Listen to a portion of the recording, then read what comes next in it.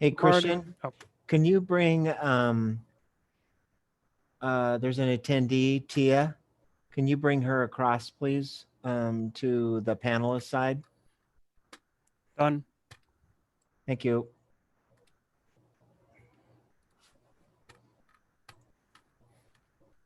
While we get started, for anyone who's a panelist with cameras, please go ahead and turn your cameras off for now and make sure you keep yourself muted. There will be a time for you to talk later.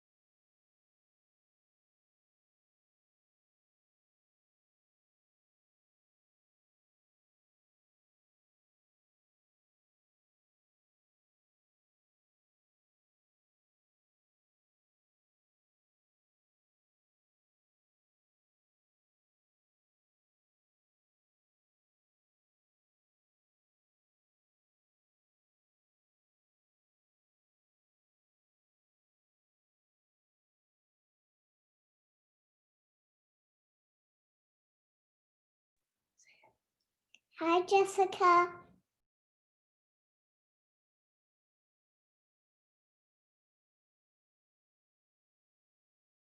Hello, Ellie Belly.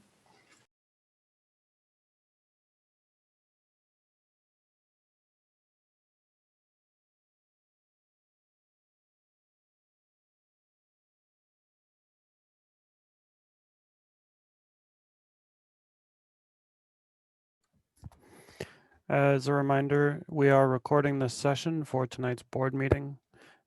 We're at 6:58. The meeting will start in approximately 2 minutes.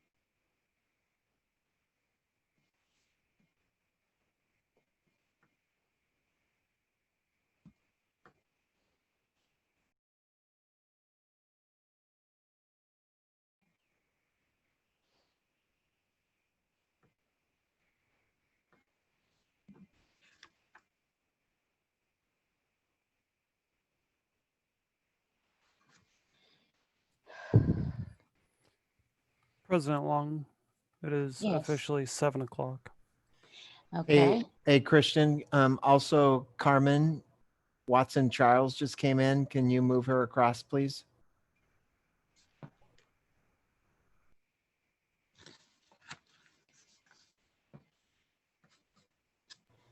President Long, can you give it just a few minutes here? We're still waiting for tribal council members. I am waiting on a couple. So if you could give it just a minute, I'd appreciate it. That'd be fine. You all just give me a Give me a hello when it's time to begin.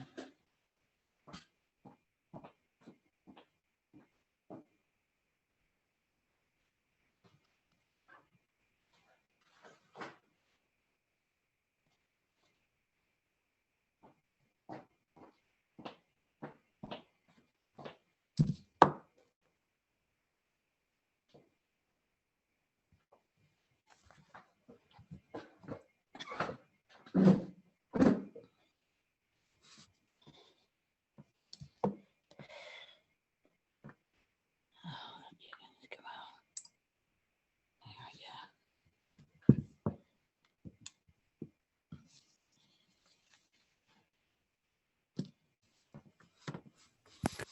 Marty, if a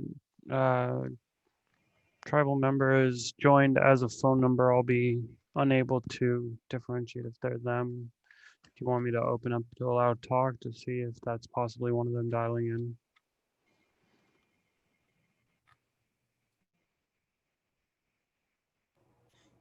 Yes, the 360-91223, or excuse me, 3048. Yeah. Yeah, Okay. can we identify that number?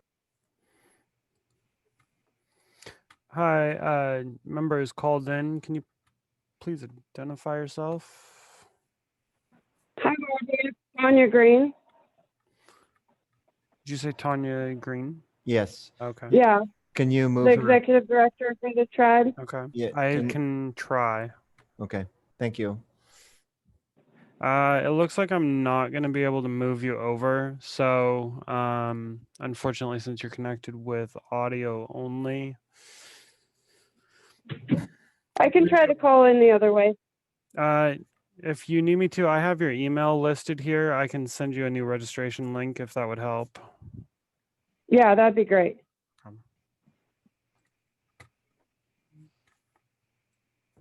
Hey, Sandy, I'll read the resolution when the time comes. I got Thank you, Jake. I have that down to remind me to ask you to do that. Thank you for doing that. I appreciate it. Welcome. And we'll do that during awards, recognitions, and presentations. 601. Copy that. No, 602. I'm so sorry. 602. I'm looking at 3 different agendas at one at one time here. Okay. Come on. All right. Hello, Maisie. Glad to see you. Tanya, I have resent the email. Please try and use that to rejoin. Okay, thank you.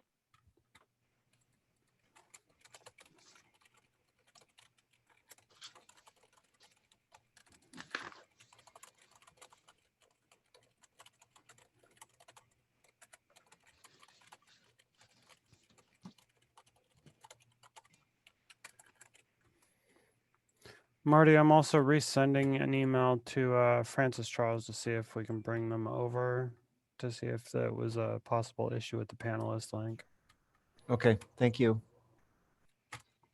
For some reason, it seems like most people didn't get the panelist email, so. Joaquin Rabadou is the one representing Tribal Council today. Who is? Joaquin Rabadou, Steve Rabadou. That's Just probably the email that Steve you'd. or Joaquin. I thought Cindy? Francis was going to be here too. Say a word. I just haven't seen them yet. Tanya Green is now promoted to panelist. So Joaquin and Steve Robidoux are the same individual. So you may see one or both of those names. Okay, thank you.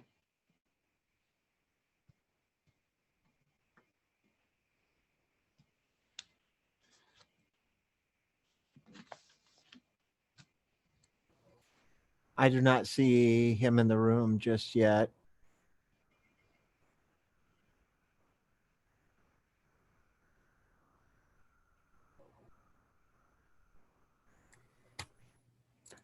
Director Kelly, will you try and unmute yourself, please? I am. Thank you. Thank you.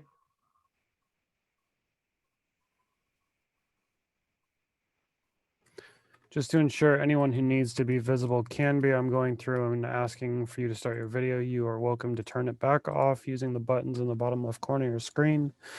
Please keep yourself muted during any parts in which you are not speaking. Christian, are you going to introduce us tonight? Yes, ma'am. I'm just Okay. waiting for the go-ahead from Okay. Mr. Brewer. Gotcha. Sorry, So Superintendent Brewer.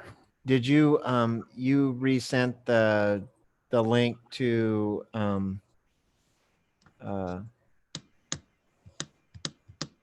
Francis? to Yeah. Francis and Steve? I don't think Steve was on my list initially. It was forwarded to you this afternoon from Jenny.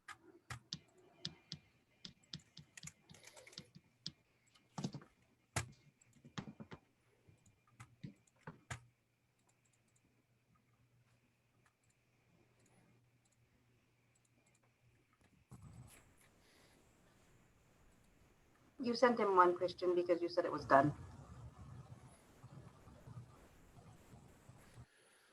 I did add him as a panelist. I believe I missed him in the resend. I will send a secondary link now.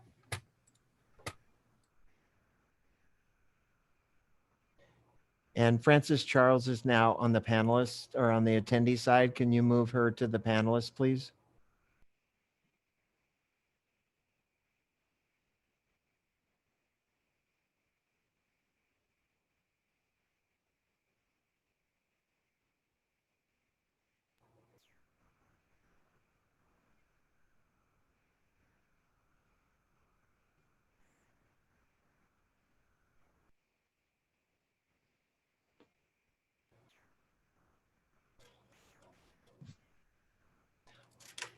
Okay, President. Go ahead. Sorry, second email sent to Steve for re-registration. Okay, thank you. All right, President Long, I think we have most of the attendees that are scheduled to attend on our panelist side. So you're welcome to advance when you so choose. Okay, then I'll ask Christian to go ahead. Good evening. As the moderator of the Port Angeles School District remote board meeting, I would like to welcome you to the November 12th, 2020 Board of Directors board meeting via Zoom. This meeting is being presented remotely for all attendees. Items to be mentioned before we begin is to note that this meeting is open to the public and is recorded. You can listen to all past board meetings by visiting board docs through our district website. If you have any comments you would like shared with the Board of Directors, please email the Executive Assistant to the Superintendent, Jenny Wilson, at jwilson@portangelschools.org. There will also be a portion of the meeting reserved for community comments. According to Board Policy 1400, the community comments portion of the agenda is an opportunity for members of the audience to make statements to the board regarding non-agenda items. Agenda items will be addressed as listed in the agenda. If you wish to share comments, please use the Q&A button located at the bottom of the Zoom conference window. Submit a brief summary of your non-agenda item or the correlating agenda item number, along with your name, and wait to be called on. When it is your turn to speak, your name will be called and your mic will be enabled. Before making your comments, please state your name and address. You will have 3 minutes to speak, after which time your mic will be turned off. Video will not be enabled during your time. Accusations, foul language, other verbal abuse will not be tolerated. If you do so, you will be asked to refrain from using such language. If you continue to use inappropriate language, your mic will be turned off. If you have any concerns about individual district employees or specific complaints that require administrative response, please contact the Office of the Superintendent directly. Thank you. Back to you, Madam President. Thank you very much. And welcome to the Thursday, November 12th, 2020, Port Angeles School District and Lower Elwha Clown Tribe Partnership Board meeting. This is a very special meeting for us tonight. We always begin our board meeting with the flag salute. So if you would join me in the flag salute. I pledge allegiance to the flag of the United States of America and to the republic for which it stands, one nation, under God, indivisible, with liberty and justice for all. Thank you. Cindy? We acknowledge that we are on the indigenous lands of Coast Salish peoples who have reserved treaty rights to this land, specifically the Clown tribes. We thank these caretakers of this land who have lived and continue to live here since time immemorial.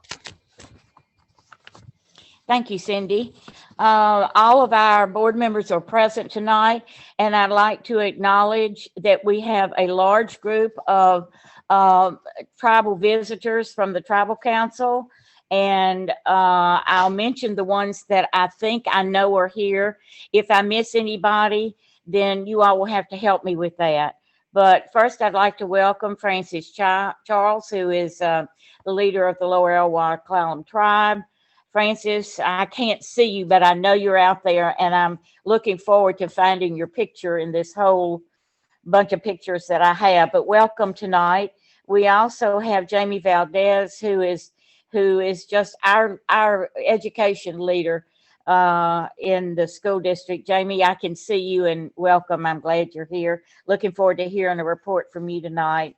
We're also, I believe, Carmen Charles is here, and let's see, Steve or Joaquin Rabadou, I think is on his way if he's not here. And that's all I have written here, but I know there's some more people who have joined us, so we'll get around to trying to figure out everyone who's here tonight. Welcome. This is a very special meeting. We are pleased to have all of the visitors, tribal visitors with us, and all other visitors who are here with us tonight. May I hear what the board is thinking about the agenda? Looks great to me. Do we have approval? Looks good. Okay, good. So let's have a motion to approve the consent agenda. Director Wright moves to approve the consent agenda. Director Kelly seconds. Thank you. It's been moved and seconded to approve the consent agenda. All in favor say aye. Aye. Aye. Opposed? No. That passes. Okay. That brings us down on our agenda tonight to we're on 5.01 distribution of correspondence. Jenny? President Long, the Washington Education Guide will be turned in to each of the board directors when they come in to sign the board documents for the 2020-2021 school year. Okay, thank you very much. All right. And that brings us down now to awards, recognitions, and presentations. 6.01, recognition of Heritage Language Grant recipients. And I'd like to ask Michelle Olson to join us now and give us that information. All right, good evening and welcome to everyone who's here tonight. I'm super excited to have this honor to recognize our 5 awardees, but I want to just backtrack a little bit to set the stage for what we're talking about. So back this summer, Jamie Valdez and Superintendent Brewer became aware of the Heritage Language Grant and started sharing ideas and put together a proposal for the language grant, and we got it. And so our proposal really was to really start a foundation to continue to move our language program forward in our district and community. And so what we wrote in the grant was to be able to support Native American adults and tribal members who were working on their certification for tribal certification and state certification, and really wanting to build that pool of expertise to support our students and our families. And so It was great to work with Jamie on that next piece after we got the grant to figure out then what to do, and we posted it. And we're excited to be able to award to each one of our 5 recipients over the next year. The award for each one of them is $10,000.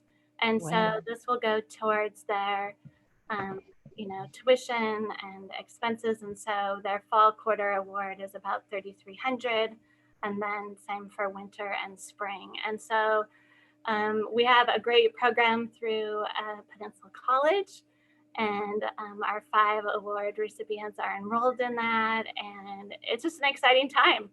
And so today, I know not all of them could be here with us, but I did want to recognize them, and I'll be getting a certificate formally to them as well. And so the awardees that we have, first off is Carmen Watson Charles, and she is here tonight. So again, congratulations, and we're excited for you to begin this journey.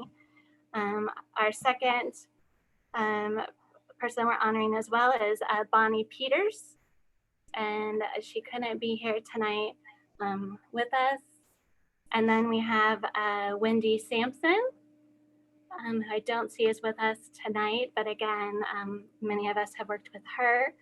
Next, we have Nozomi Wheeler, and I don't see that she's here with us tonight either, but again, a familiar face. And then Jonathan Arakawa is here with us this evening, and thank you for being here.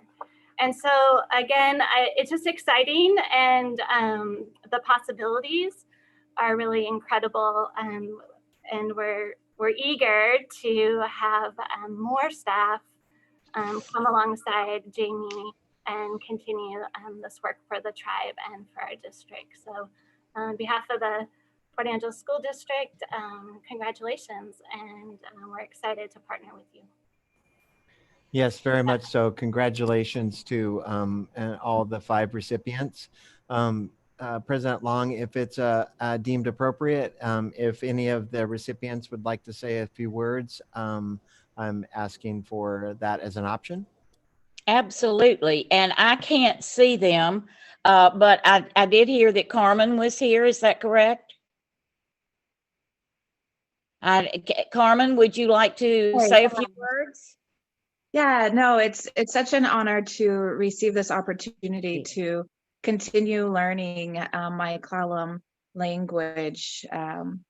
It's been it's a lifetime learning that definitely has been taking place for me. So this is just another step for me to keep moving forward and do my best in it. The instructor, Tim Montler, he talked about how there was a worldwide known linguist who was asked what is the most hardest language in the world. And it took him about 20 minutes, and he came back to the question and said that Coast Salish language is one of the hardest Wow. languages to learn. So I can agree with him, but I'm really grateful for all those years I had with some of our elders already. So I feel a little ahead of the game. So Hutchinson, thank you all for giving me this opportunity. Well, we're very, very proud of you for joining this these 4 other students. You all have a lot to look forward to in the next year and after that. So, and hello, Jonathan, I finally see you now. Would you like to comment on this? Sure. Alaikum since na at kunis I am Ch'atwa. I tongue and good evening. English name is Jonathan Arakawa.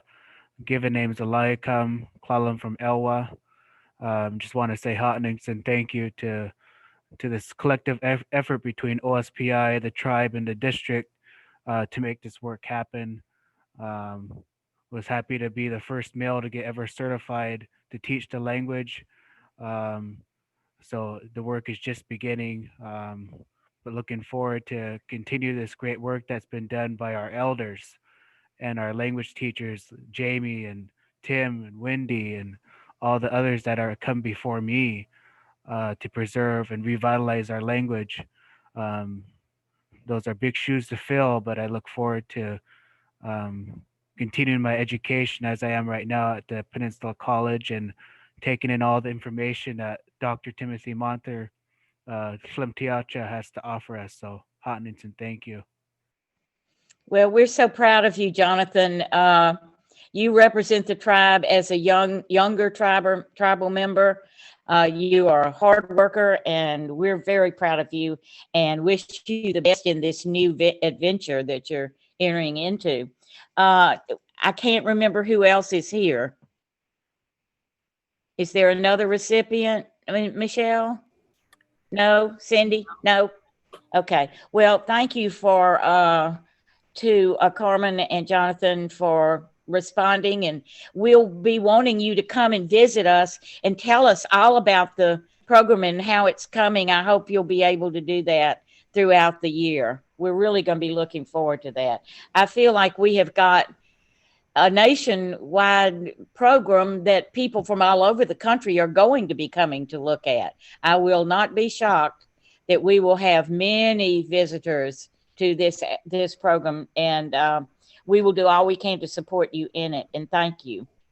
And President Long, yes. I want to, Michelle did reference this, but Jamie Valdez was a critical part of this process. In fact, she started the dialogue and conversation among tribal members and staff, and then, brought that to the district, me being the district representative. So she is really the baseline for this work to begin within our district. And I want to, if she would like to speak about the grant, or I just wanted to recognize her for all of her hard work and leadership and in order to make this grant happen. Jamie, please share with us. Do you have something to share? Well, I started hearing about it a couple of years ago when the funding finally became available through ELL, through OSPI, for native language programs.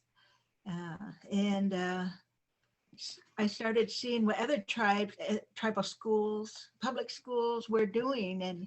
And I wanted to get on that mailing list to apply for this. And so when we got word right away, I just wanted to, at first I went through the tribe, we talked, and then we called Patty Finnegan from OSPI, and she said, no, you got to go through the school. So we went to the school with our draft, and thank you for all the support from everyone there at the school, Marty and Michelle for helping us get this award. It's going to help grow our program here for the school. Thank you. Hottington. Well, you're quite welcome, and we're proud of you and proud to have you, and I've always been proud to have you, Jamie. You have been quite an advocate for the language program, and I hope someday I can sit in your class and maybe learn a few things, if you wouldn't mind. Now, let's move on down to 6.02. Native American Heritage Month is this month, November 1st through 30th. So Jake is going to read for us our resolution, if you will.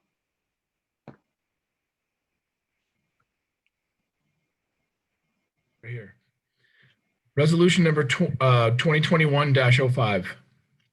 Whereas the Centennial and Millennium Accords between the state of Washington and tribal leaders affirms the importance of educating the citizens of our state, particularly the youth who are future leaders, about tribal history, culture, treaty rights, contemporary tribal and state government institutions and relations, and the contributions of Indian nations to the state of Washington.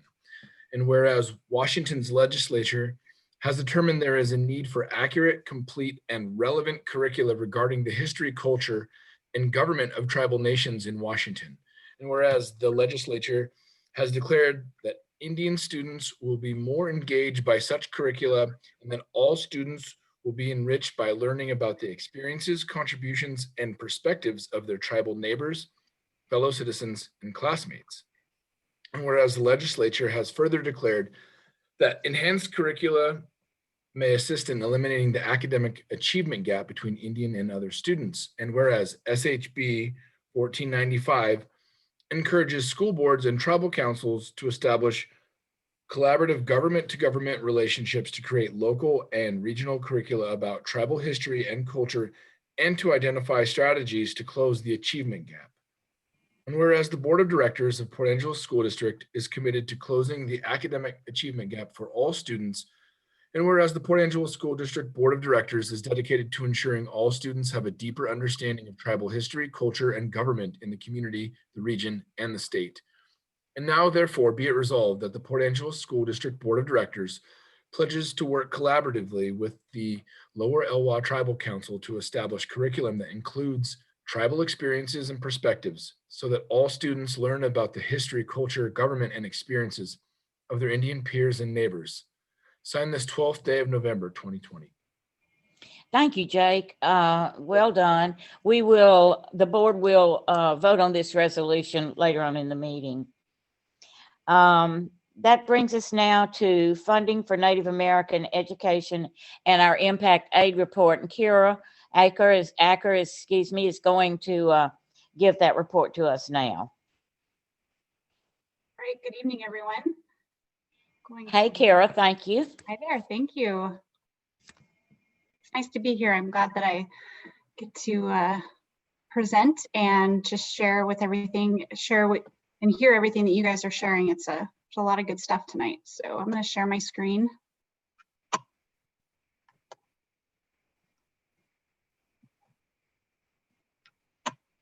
All right. Too many steps here.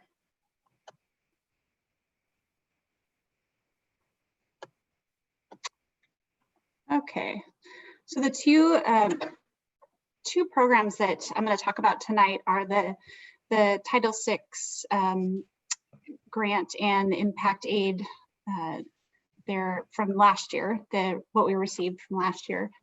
The Title VI Indian Education Formula Grant is it's offered to just help provide additional support for Native American students throughout the district.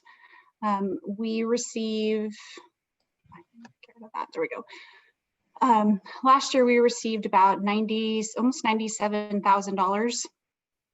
Our grant covered the full salary and benefits of our Native American interventionist at Dry Creek, and then partial salary and benefits at the middle school and high school. So, you know, this grant is really coordinated mostly by Craig Devlin. He does all the back work on that and does all the behind the scenes and gets it into the system for me, and really just does a fantastic job coordinating the whole thing. So we just support him in that. And this year for 2021, there was really no change to the awards. So we will be seeing just right below that 97,000 threshold to help support those interventionists. Our other, so the other piece that I was going to chat about tonight is the impact aid funding.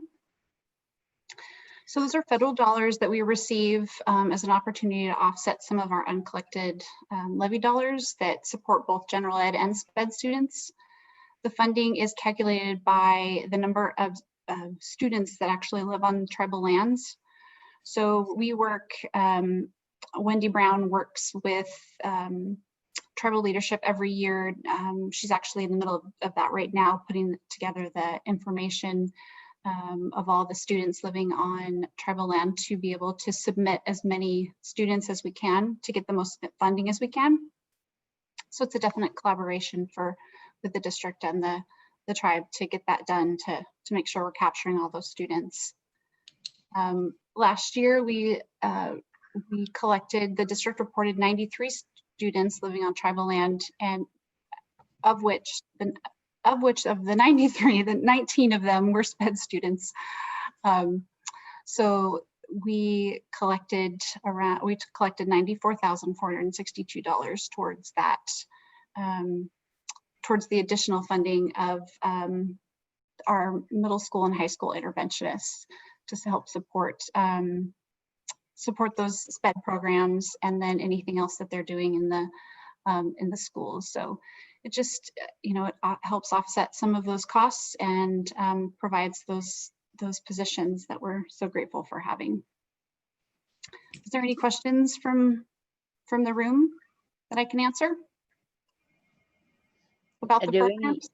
any of the board members have any comments or questions about Impact Aid? Any of our visitors that might like to comment, or any questions you might have? While I have the opportunity, I would like to say thank you to Craig Devlin for doing this every year. You're a mighty good helper for us, Craig, so we appreciate what you do. Thank you so much. Any other comments or questions? Okay, then we'll move on down to teaching and learning.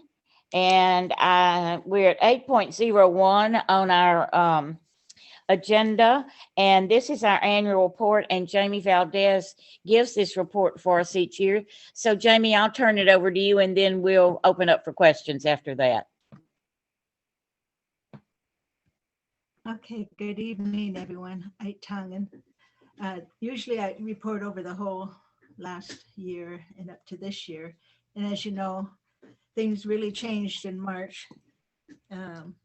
One of the things that I thought was really a highlight at the end of the year was our tribal graduation, which was a parade. That was very special. Lots of people could participate in that, and the kids really liked it. And this year, one of the things that I've been witnessing happen is the Learning Center down at the Tribal Center. I think that that's been has a potential for real support for students to help, you know, close that achievement gap. And so I hope to see that continue to grow. Another highlight, I think, is the Heritage Grant. And we talked about that earlier, having more adults in the tribal community who are interested in teaching and want to pursue that degree can work towards that and have support through this grant. One of the things that's been really helpful with the changes of learning online and teaching online is having tutor support at the high school with the AmeriCorps, and that's really helped a lot. You know, some of the kids, that's really what they need. They need to come to the campus and work one-on-one to get the help they need. So I think that's been a great support system. We do have another grant with the school district and tribe that is carried over from last year. We did get an extension on it. This is called the Potlatch Grant. And the grant was it's about $7,000, and it was divided between the three schools, Dry Creek, Stevens, and the high school, where each school would have about $2,500 to bring an artist into the school and create a piece of artwork with students, if we can possibly. And so for Dry Creek, we were going to make a welcome sign to put out in front of the school. And Stevens, it kind of changed because the levy passed and we didn't know. We were thinking of a mural, but now we're starting to think about maybe we ought to do a welcome sign. You know, they need a new sign out in front of the school.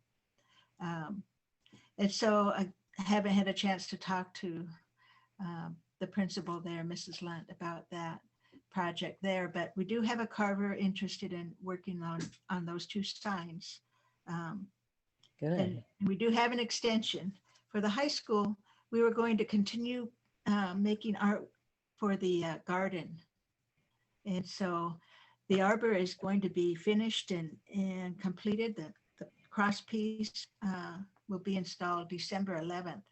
And the carver is also working on a carved gate, so that'll look really nice. And we'll also have 3 picnic tables for outdoor classroom space there. So hopefully we can utilize that space for learning more, for more students. So that's another grant working on. Let me see. Otherwise, it's just first term went okay. I had my year 1 column in Native American Studies and Advisory. I am concerned about some of the students that are not engaged, and I hope we can come up with some more strategies on how to outreach to those kids and provide support. This second term has started this week, and it was a little slow getting the kids in, but today I felt like I had almost all the kids. There's still a few out there I gotta try to get a hold of, and it's either through email or calling or doing a home visit, you know, to really reach out to the families on that. So it's just starting, and the challenge with the learning how to use Google Classroom. That's a big challenge for me, but I've been getting a lot of support from different people in the school district. So I'm thankful for that opportunity. So looking forward to when we can have our normal classroom again. I miss that very much. Jamie, I'm with you on learning how to do all these new things. It's very difficult for me, and people have been at the school district have been very helpful also. They helped me a lot. But we do want to thank you, Jamie. I tell you something, you are some special lady, and we wouldn't have any of this. We wouldn't be discussing this if it weren't for you. So we appreciate your advocacy and your innovation, your creativity. So I personally want to thank you for that. And I know there are other board members who'd like to speak about this. Cindy? Jamie, I can't tell you how much I appreciate you and just all the whole tribal community and all the work you've done. The day you decide to retire will be really heavy on our hearts because you've done so much work and you've led us through a lot of activities within, and you've been the advocate for all of our communities and all of our staff and just the rural model, even across the state. You know that. In my tribal work across the state, your name is always brought up about all the great work you've done. And basically, the school district gets credit really belongs to you and the partnerships that we have with the tribe and all the people that are doing all this hard work each and every day and in the classrooms, in our communities. And I just thank you from my bottom of my heart for all the work you've done. Okay. Other comments? What she said. Absolutely. Absolutely. Well, Jamie, I don't want to ever think about you leaving, but I do understand about retirement rolling around. It happens. But and if I could just say a couple of words, President Long. Sure. Sure. Yeah, Jamie.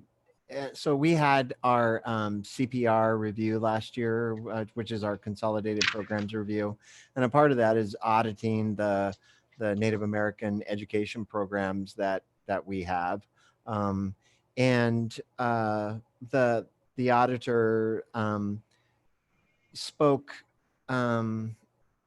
so well of Jamie. Just like Director Kelly referenced, and Director Kelly is exactly right. Jamie is not just known in the state of Washington; she's known across the United States.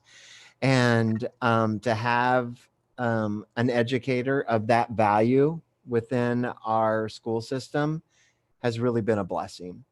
And I've only been here for 3 years of Jamie's career, but the amount of work that she does and the advocacy that she does for all students and Native American children is second to none. So thank you very much, Jamie, for your hard work and your dedication to your tribe and to our school district over the many decades that you've been working with us. And on behalf of the school employees and the board, I thank you for all of your work. Hi, Thank this you, is Marty. Kristen, and I would like to say something as well in regards to that, because we've been really fortunate to have Jamie with us, not only for the teaching in the public schools and having that opportunity, but also for the teachings that she has done for our community and our youth, and being a role model for our community members, and not only our community members, but having the opportunity for for her to teach and outreach and educate other nations, international and in the United States areas just as much, because she is well known. And we're so gratified for all of the work she does behind the scenes, because she's one that does not take the credit.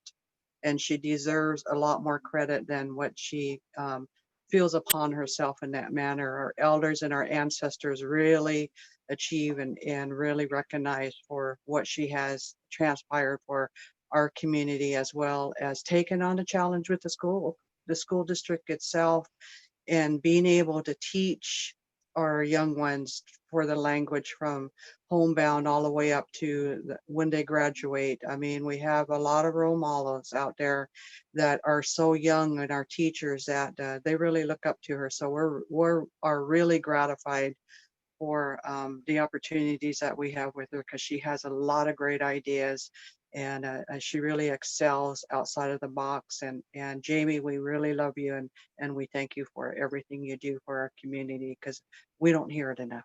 So Hotmanson, thank you. Absolutely. And Francis, I see you now. Yay. How are you? I'm doing great, thank you. I've missed seeing you. I'll be glad when all this is over and we can all be together again. This is us too. really difficult. Yeah, we're real proud of Jamie, and always have been and always will be. I'd like to ask Jamie and maybe Francis and maybe Michelle. I know there's something special going on at the tribal center. Can somebody enlighten us about that, or am I stealing Michelle's thunder? Go That'll ahead, be- Michelle. That'll be reported in Michelle's report coming up next. Okay. All right. Well, good. Well, Jamie, again, thank you for everything you've done. And now Michelle is going to talk to us about teaching and learning and what's going on with our Lower Elwha tribal students. Sorry. No, it's Michelle. all good. So thank you again for allowing me to share tonight. And it's just an exciting time to highlight our partnerships. And before I start in on introducing some more folks who are here tonight, I do want to appreciate Jamie as well. Not only does she provide support to all of our Native American students, but she doesn't hesitate to offer support to adult learners, myself included. And so she is very patient, very kind, and I ask a lot of questions, and she is always right there to answer. And so I value that. So thank you, Jamie, for the encouragement and the support as I move into understanding this role better. So tonight it's an honor to have like a team here that I work with on a pretty regular basis, because they're the people doing the work, and it's exciting to hear about. So there's just a lot of partnerships, and so I'm going to introduce them here as they're going to share and kind of walk you through our work, covering a whole lot of different areas. And so first off, in just a second, I'll be turning it over to Craig Devlin just to talk briefly, give you an overview about his work with the Title VI. But I want to let you know that Craig is part of a team that I meet with each week, and that's including our Native American interventionists who are here this evening, and Jonathan, Jamie, and then other Native American staff members as well. Christina, who's not with us here this evening, but we meet every week to talk about, since March, so we've gotten to know each other well, but just the work that they're doing every day and every week. So we have a chance to share like what's going well, and to just be candid about our struggles, and we brainstorm. And so it's a powerful group, and I appreciate their teamwork, and they're here tonight to tell you in their own words, just give you a snapshot into some of the work that they're doing. So I'll turn it over to Craig to talk about his work. Thank you, Assistant Superintendent Olson. That has a pretty good ring to it, doesn't it? Members of the board, Lower Elk Waclallam tribal representatives and community members.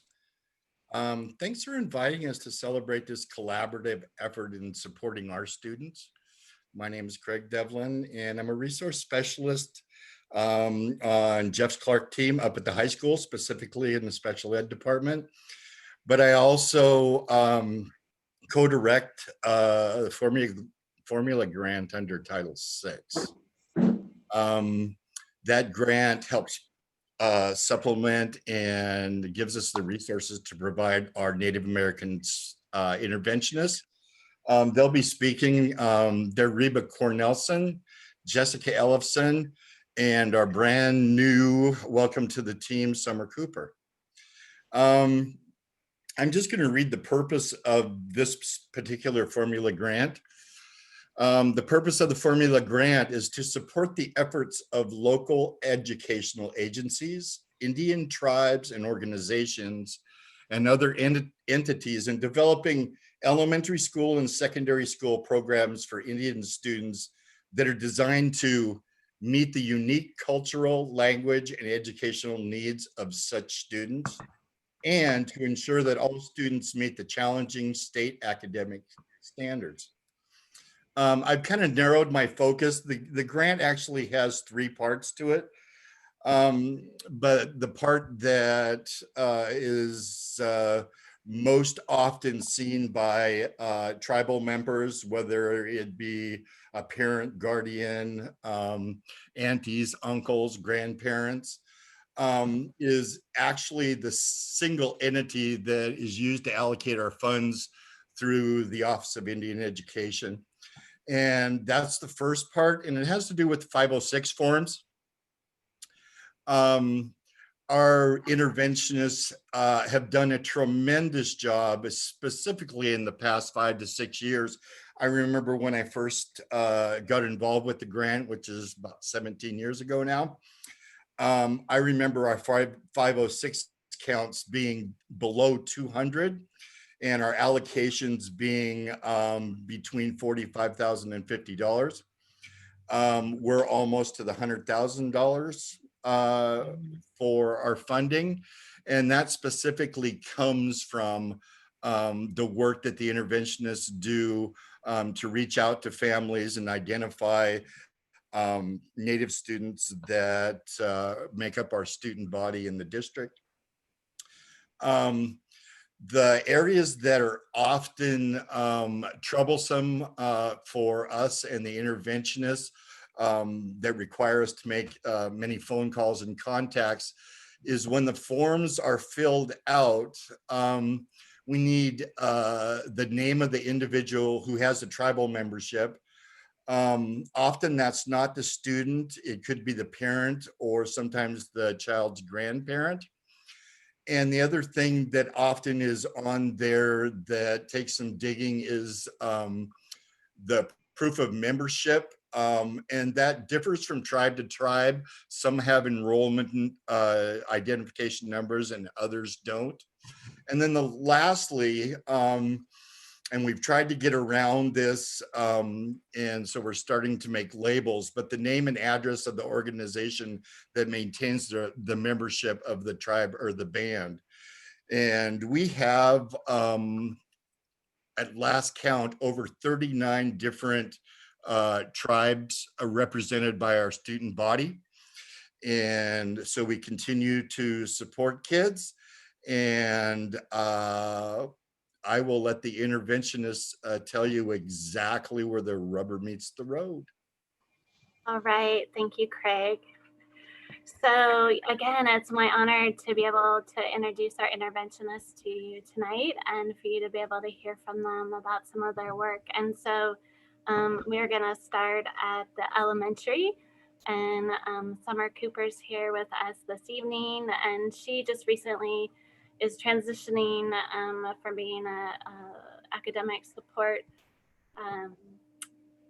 staff person at the middle school to now doing at elementary school in the school district position. So she's gonna hit the ground running and all of this. And so Summer, thank you for being here tonight.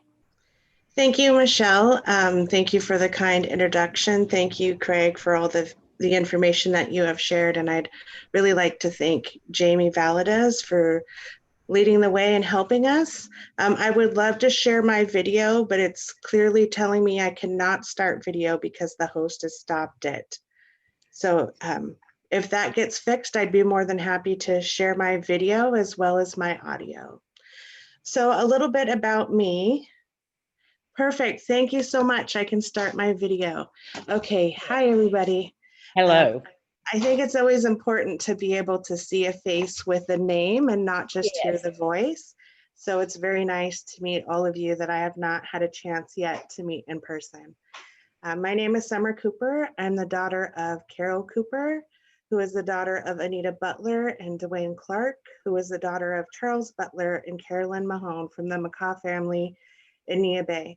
I am an enrolled Makah tribal member, but I also have Klallam ancestry as well. I am very new as of October 15th in this position as a Native American interventionist at Dry Creek, but as Michelle mentioned, I had a very similar role with the tribe at Stevens Middle School. While there, I also ran the Native American Homework Club for 7th and 8th graders, which included snack through the USDA and rides home with the tribal van. I have worked with the tribe almost my whole adult working career. So within those different departments that I've worked, I have developed really good relationships with tribal members and tribal families. I couldn't imagine it being any other way than the way that it has been. This is actually like a little fun fact. In 1997, I was one of the first AmeriCorps workers in the Port Angeles School District. So it's really nice to see how that program has grown here in Port Angeles. We were asked to show or to speak about some positive experiences. And I think that beautiful resolution 2021-05 is a extremely beautiful positive that really warmed my heart and made me a little emotional. That has been the highlight so far of my evening, actually. This is a story from the last few weeks. This was a really fun experience for me to have. I was dropping off paperwork and information to a family, and all of a sudden I hear, Miss Summer, hi, from a student that I had actually worked with at Stevens. So within that moment, I was acknowledged by a teenager in public. So that always goes to show that you've made it, right? If they to acknowledge you in a public place, particularly while they were standing at home in their yard. So that made me feel really, really good. And from that experience of dropping off that paperwork for another family, I was able to have an impromptu home visit with a family that was a little bit more challenging to get a hold of for various reasons. I think those are important because knowing these families, over time establishes trust and builds relationships. I've had positive feedback from the families I've been able to contact and communicate with so far. I have a really good relationship with all of the Native American interventionists, and moving forward with the whole team that supports us all, I think we're going to be able to accomplish a lot of really good positive things this year. Some of the challenges, we were asked to speak about some of the challenges, and we are all in an ever-changing global pandemic. I mean, that's hard enough. Every day things change, it seems like sometimes. And so all of the staff, teachers, and families alike, I think we're all a little bit exhausted to a certain extent. And to me, that's part of the definition of we are all in this together. We're all feeling this and pulling together as a team to make sense out of it all and relay the information in a positive way to our families. Our needs are remarkably similar, peace, love, compassion, understanding, guidance, continued positive leadership to maneuver these uncertain times. And I feel very fortunate that I feel that we have those in place. For the next year, I'm really looking forward to continuing building those positive relationships with the tribal community, with the families, and hopefully being able to be like a partner piece of the puzzle to help fuse all of those pieces together and to have that positive connection with Dry Creek as well. I'm really looking forward to that. Thank you so much. Thank you, Summer. And so our next Native American interventionist to share is going to be Jessica Ellison, and she is supporting the middle school, but also Lincoln as well. And it's just been great again to get to know all of our interventionists, but Jessica and I really got to know each other really well last year when I was at Dry Creek, and I definitely treasure that as we have transitioned into this new piece. So Jessica. Thank you, Michelle. And like Summer said, thank you, Jamie. I absolutely am honored to be in your presence here tonight, as well as all of you that spend all of your time and energy working with the families in this district. Yeah, so my name is Jessica Ellison. I am an enrolled member of the Lower Clallam tribe. I can't do it justice the way those guys can, but I always give it a shot. Jessica Ellison, Sinsna, Ethquat, Nutzgleiamson, E. Klingit. It's very nice to be here tonight. So I told you I'm Jessica Ellison. I am Elwa Clallam, but I am also Tlingit from Southeast Alaska. My mom is Patricia Ellison. My dad is Tony Strong. And I was born and raised right here in Port Angeles. I attended Dry Creek Elementary School. I attended Stevens Middle School. I attended Port Angeles High School. And I attended Lincoln High School back when it was named Choice. So you can say I'm a little bit invested in this school district. I am the mother of 3 children. I have a daughter that graduated from here in 2018, and my 2 sons are in the 7th grade. So one at Stevens in the 6th grade, one at Dry Creek. I began working with the school district in 2005 up at Port Angeles High School. I had my son in 2007, so I took that school year off, and when I came back to work at Stevens, and I have thoroughly enjoyed this job of helping students and families. And you know, it's important to note all of those things, right? The who I am. And so if I talk about like some of the positives about this year, our teachers and me and all of our families are so understanding of this pandemic that we're living in right now and how it is affecting each and every one of us. And so feeling good with the team of folks that I have to work with, that we get to check in, and you know, the great working relationship that I have with Reba and with Summer, having had the opportunity to work with Summer here at the middle school for the last 2 years. You know, we really know how to work together to help the families and the students in the best way that we can. And some of those things that Summer was talking about, like phone calls, emails, text messages, that's one of the things that I really wanted to say is a lot of our families, they prefer to text as opposed to answer the phone, and I'm okay to do that, you know. Some of those challenges, like Summer was talking about too, are that reaching out and being able to get in touch with families. I will use my Facebook Messenger to say, hey, I haven't seen you in a while. Can you please call me? And, you know, 9 times out of 10, I get a response. And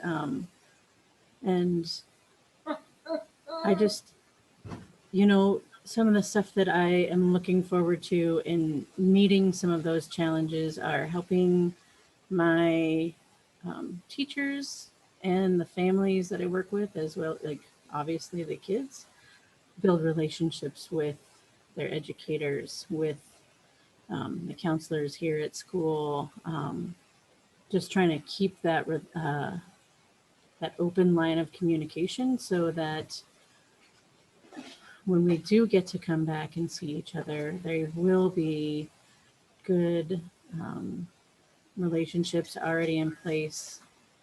Because I can tell you, after spending several months at home, right, going home in March and not coming back until September, it was weird coming back. You know, it took me a good month and a half to get used to being in the building, and so really, I'm looking forward to meeting these challenges, to helping overcome difficulties, and to helping our students just be as successful as possible. Right. Thank you, Jessica. And so our high school interventionist, Riva Carnelson, is here as well. And again, I've had a great opportunity to get to know Riva better, given how much we've worked together since March. And again, she's an integral member of our team. She really, she has a lot of areas that she focuses on. But one of her most important areas is, ensuring that our students are graduating. And so she does a lot in the background of that. And she's also been very patient with myself, learning all of the different pieces and asking a lot of questions. So Riva, I'll turn it over to you. Hello. Ayut, yukomtano sensna, eswa niskatliam, e maka. Hello, how are you? My Indian name is Hukwamtano. My given name is Relita Cornelson, but everybody calls me Reba. I'm from the Laurel Waklallam tribe, and I am enrolled in Klallam, and I have Makah descendancy. Welcome everyone here. Thank you to the tribal members, tribal council, the board members, and everyone else that's here. I'm very grateful for Jamie Valadez as well. She is truly an inspiration to me in all the work that she does. It seriously blows my mind away. And I'm grateful for my fellow interventionists for all the communication that we have between our meetings with Michelle and the navigators. We're able to connect with a lot of students, and it's really good that we're doing these meetings. For me, I am also working with Seaview students. I saw that there was a need at Seaview, so I offered up my help. There are 94 students at Seaview. Of the 94, there are 15 high school students. One of the 15 is in both schools, maybe.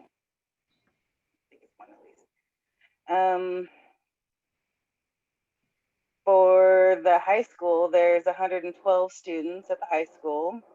I have 26 students, seniors, that 21 of them are on track to graduate. 3 are credit deficient and have to graduate everything and possibly do some credit recovery. And then on that list, there's 2 non-grads, I believe, that will not make it this year. 2 or 1. So anyway, I keep track of all of the students that are at the high school, their credits. I make sure that they're in the right math, or I kind of like double check what the counselors are doing. Last year was an amazing year for graduation because we had everyone graduate that started the school year, which blew my mind away. I was very grateful for that as well. I'm hoping that I'll have a high graduation rate this year, but due to the pandemic, I'm having a very difficult time maintaining contact with my students that are don't engage very much and need the social interaction with people. So I know my numbers are going to be going down, and I'm a little sad about that, but I'm trying. I'm trying to keep them engaged.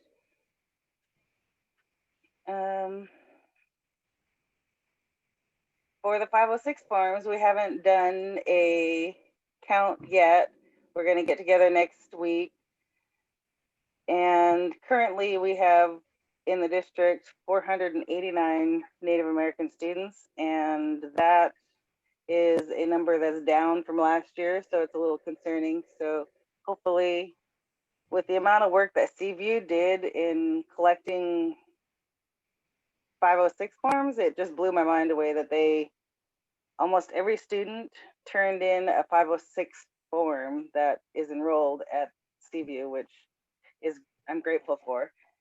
CVU's application is 1-page enrollment, and then the next page is the 506 form. And in everybody else's packet, there's 4 or 5 pages to enroll in the school, and then on the very last page, there's the 506 form. And by the time they get to that, they're like, "Yeah, I'm done. I don't need to do that anymore."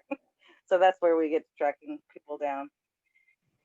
I'm contacting my students via, like everyone else, phone calls, emails, text messages, Facebook, and I have a few parents on Snapchat as well. So social media is amazing for those students, parents that we can't get a hold of, and we have their family members so we can contact them elsewhere.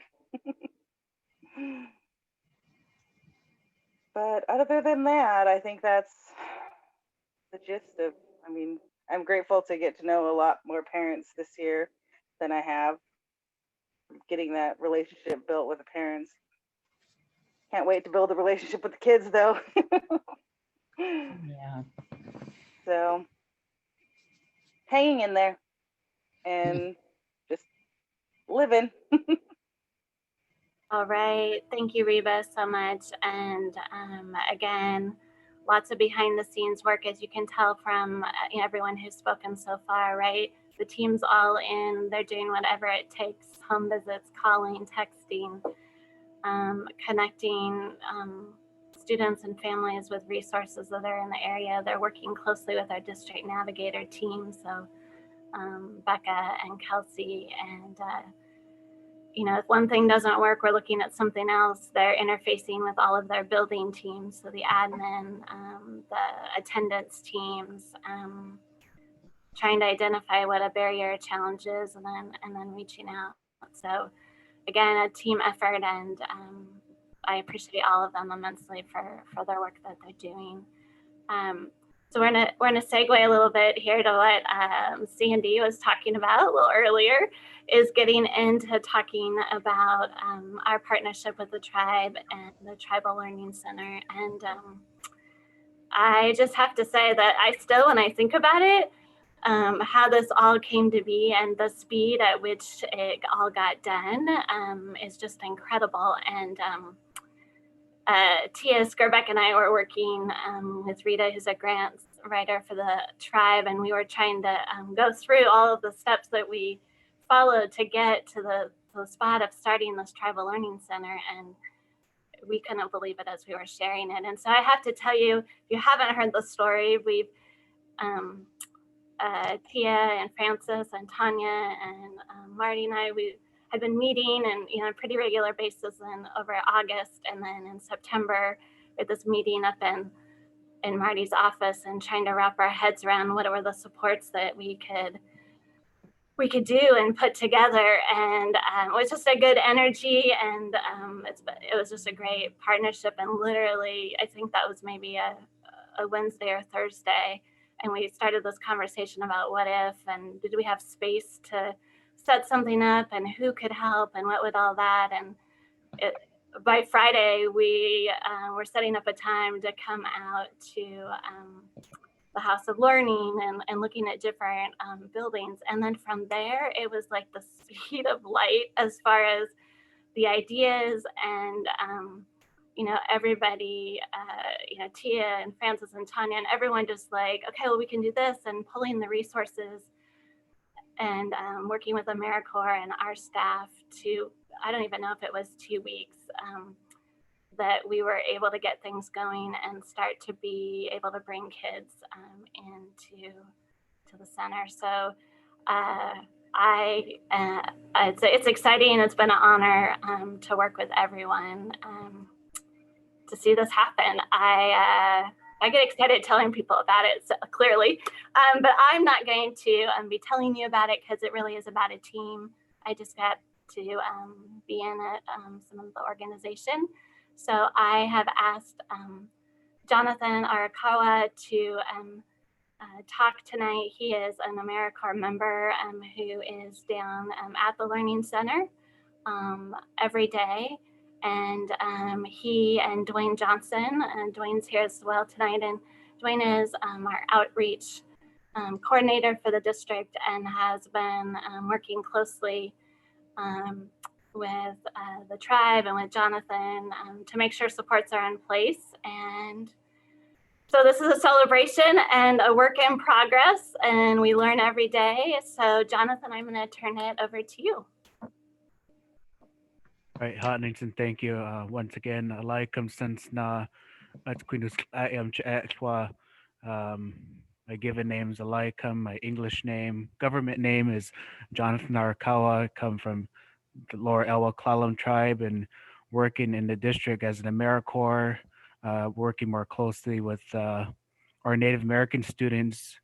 In the beginning, I was working with Jamie and doing the outreach. And anyway, we're presenting here tonight is the Lower Elwha Klallam Tribe Learning Center.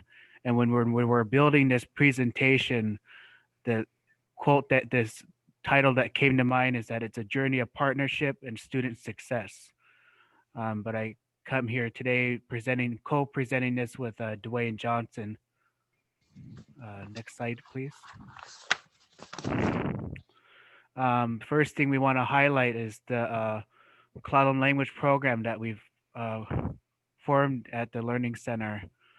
Students are learning the Klallam language at the Learning Center daily, the days that they're down at the Learning Center.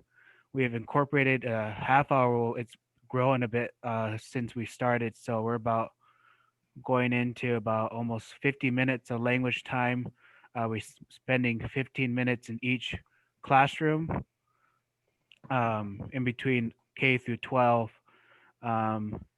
But the students are learning the language in a visual documentation and conversational form. They're learning useful words and phrases, body parts. We recently started doing numbers as an elementary curriculum, and soon we'll be doing animals. But we're incorporating the Klallam language in daily Learning Center school tasks, saying like Chaichi, get to work, or Amit, to sit, or another one when we have to remind them, put your swipe knuckle over your knucks and put your mask over your nose because they need those reminders. But there's some highlights. But when I got certified as a language teacher, there was had to put together some curriculum, and so that curriculum I formed was to teach family lineage because that's important in Native culture, teaching them who they are and where they come from to make them proud of who they are, to know that they're a Klallam, a Nuskayam. But there's a couple highlights that I want to share. For elementary, we had a kindergarten student wanted to write, when we did the Klallam body part, she wanted to write the word for nose, ngaksen. And so I helped her write that word in Nuskayam. And if we could scroll to the next slide, there's that what she did, the work that that student did. And so she took the initiative on her own, all by herself, to write each Klallam body part word. So like kuni, which is your head, outwi, your arms, eyes, your hands, ayin, your ear, kaing, your eyes, sutsin, your mouth, ngaksen, your nose, and schana, for your feet. We could go back to the other slide. When we started implementing this curriculum, I was working with the students and teaching them their family lineage and the words for, you know, your grandparents, your great grandparents, all the way up to your great great great. And after that happened, one of the tutors in there, one of my coworkers, they were working on pronunciation because I said, practice pronunciation so you can learn it. And that student was saying, I can speak my language now.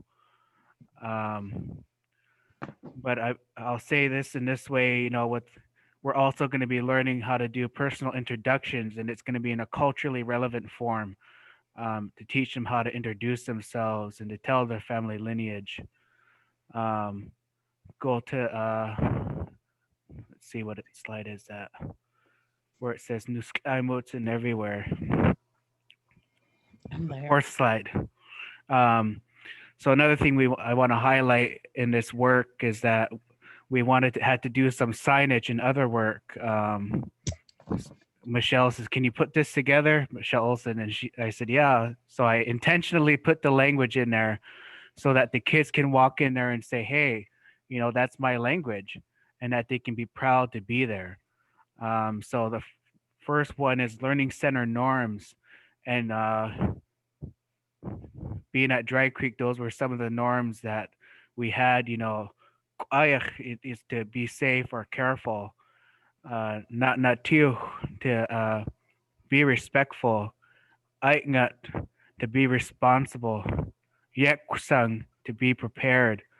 And then there are some other ones that ngant sa and squukwal to learn lots. You know, we want them to learn. We want them to succeed in their academic career. And the last one, top notched, which is would be a relevant statement for all of us to do the best you can.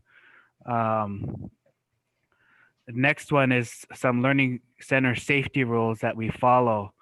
So, sakwitsitsang chi, wash your hands. Ayamat chi, saswait nakwi, to wear a mask, face covering.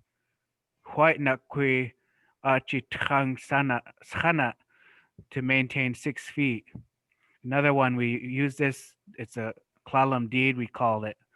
And I named it Nuskayam Aits Kwai, you know, and this is a way that we communicate with the parents to let them know what their students are doing, what they need to get done, and some commentary like, oh, they did well today, or they had some troubles, but we always want to give that good feedback. But that's what I wanted to share as far as the clown language program that we've built over time. We've been doing this for over a month now. So it's just some great work, and to be able to partner with all the staff there, a real good team. And then with Michelle Olson and Native American interventionist Craig. And, you know, I want to echo what's been said, to say Hotningson, to Siatlu, to Jamie for her perseverance and her strong leadership to preserve our language and working with our elders. So with that, I want to turn it over to my good partner in crime, Dwayne Johnson. Hotningson, thank you. Kustana Johnson, Teacher Johnson. That's what the young girls and boys in the classroom in the elementary call me walking into that class. So that's pretty exciting. Let's go ahead and go to the next slide, please. And I wanted to touch base on the footprint that we have. We have 3 different classrooms. We have 31 kids to capacity. We are full. On average, we host about 21 kids coming through there. This in the top right-hand corner is our largest classroom right there. And you can see that we're providing safety and socially distanced with that. And we are masked up. The one picture on the left that I wanted to share with you is Miss Wheeler, Najoni Wheeler, a former high school graduate here that has come back from college to put hands on and heartfelt on, so that we have that leadership role with our ladies to our young ones. And we do look up to them. The one down in the middle there, we were able to go ahead and meet with a gentleman who's in 8th grade now and work on those grades. And so we double teamed him that day and asked him that question of why he's not passing all his classes. And by golly, by the next week he was. So let's go ahead and go to the next room, please. In the middle of the facility, I put this slide in for finding balance because as you can see in that one picture, these kids are balancing a heck of a lot right now with this pandemic surrounding us, and they're able to find it. And we're providing a space for them right now that is safe and secure, and that we're winning across all lines. And so this is a picture of the different classrooms that we're in on a daily basis, 2 times a week for elementary and 2 times a week for middle school, high school. And Mr. Jason Wheeler right there is able to take these kids now down to the gymnasium. And so I followed him down there earlier this week to find out what was going on down there for socially distancing and how we we're going to transport them down. So we're finding that balance K-12. Next slide, please.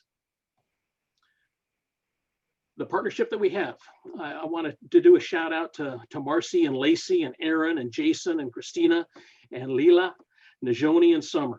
Without them and without what they've been taught by their elders, especially with Jamie, they're putting their handprint on. And that's what is exciting for me, is that the elders are smiling right now for what we're doing.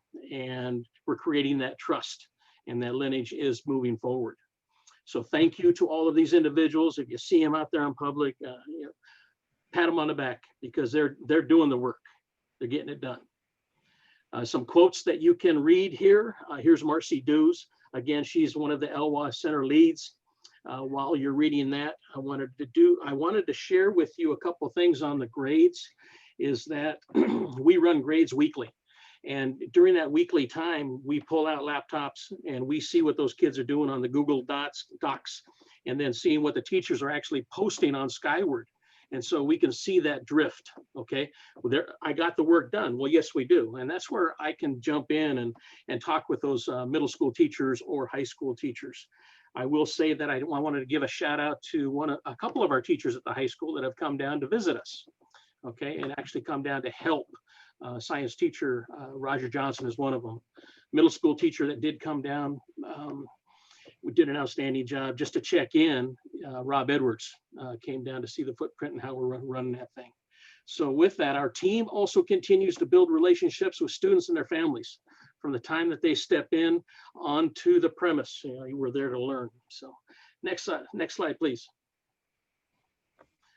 This is teamwork. This is Lacey and Aaron putting this thing together while you read that. But the core piece of what we're doing, trying to analyze and look at K through 6 and being able to communicate with those teachers, building principals, secretaries, to find out the comments that were said over the conferences. And those comments were being shared with both the team leads, so they could echo those pieces down, saying, you know what, we're seeing you 4 times a week, 2 here at the Learning Center and 2 up at the high school, and we're connected. And so things are happening within that Clallam language. The connectivity is so strong that we are echoing through that building. Okay, and that's the exciting part. Next slide, please. This is that expectation on the footprint and the agreement to be approachable. And that's from the time that we see the kids coming out of the cars in the parking lot or coming off the bus and walking through. We're creating that opportunity for learning every day as we enter the facility, and that creating trust from day one with parents and students, that it's safe to be here and that it's okay to be here, and that we're going to feed you, we're going to keep you warm, and by golly, you're going to understand these things in that engagement fact. But you've got to engage. You've got to eat this thing up so that this interaction is consistent, open, and honest and fair, and that we have a demeanor as an employee that has entered that house to do our due diligence. The expectation to learn starts when you enter the door. And that's one thing the team leaders and I talked about, because some kids forget their power cords. I said, we got to check the bags while they're in the parking lot. Okay, got to check the bags. Bring this every day so you can make your family proud in this learning center, because we don't want to waste this opportunity. Okay, next slide, please. And Jonathan, I'm going to tag team off to you, because this is a piece that opened up the heart of all of us right now, okay, on what we're doing. Go ahead, Jonathan. All right, Hodgson, thank you. Akustanak Johnson. So when I realized how long we were doing this work, I didn't realize it was a month. And so I sent this email to the team just thanking them for their work. I mean, I said, I was just surprised it's been over a month when I sent this email, and I said, we want to say it, and it has been, has been an honor to work with with this team at the Learning Center, and that I said we are meeting the definition of teamwork. We really are, and we do it every day. We support one another, and in our AmeriCorps oath, we say, we will get things done. So we're getting things done at the Learning Center. And I said it really meets the standard in the MOU between the school district and the tribe. Work that we can, both parties can say, out of this relationship, look what we got. Then we're serving, just counting all the students that I work with cultural and language outreach, that's about 60 something students, and that are, Native and Lower Elwha Clallam. But I told the team, I said, we understand the importance of this work, but I wanted to tell them that their work doesn't go by unnoticed. But it really has been an honor to work at the Learning Center and to see our youth grow, from them learning their language to learning their history, from doing their academic work, grades going up. It's had this Learning Center has had a big impact. If it wasn't for this Learning Center, I don't know how many students would have engaged at home. With doing this Learning Center, you're starting to see grades go up. You're starting to see more engagement. Even if it's just the 2 days that they go there, they're engaging. Whether we have to wrestle them into logging into their Google Meets at that time, or to sign into Google Classroom or Seesaw, Seaview. But as I told the team, and I want to tell you all,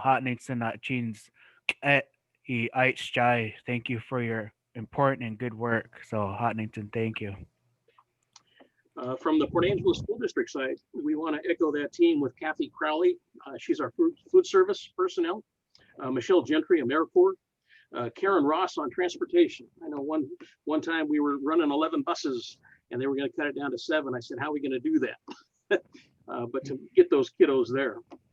Francis, I want to give a shout out to your maintenance crew and your custodial staff for getting that building ready to roll. And it's cleaned every day. And we talked about them today. So I want to spotlight them. And then lastly, on my side of this, I want to thank the Port Angeles School District Tech Department. That's Jared and Christian for what they're doing. I was able to run some of the analytics for what we're doing. And these kids have access to what we need to do. And with that, out of those 5-day snapshot, we had over 238,000 hits. And our kids are working. Yes, YouTube does work, okay? But like Jonathan was saying on the Clever portal, Seesaw's working, Google Classroom's working, Happy Numbers is working at the elementary level, Google Meet, Typing Club, Renaissance Place, MobiMax, Edulistic, and Great Minds in Sync.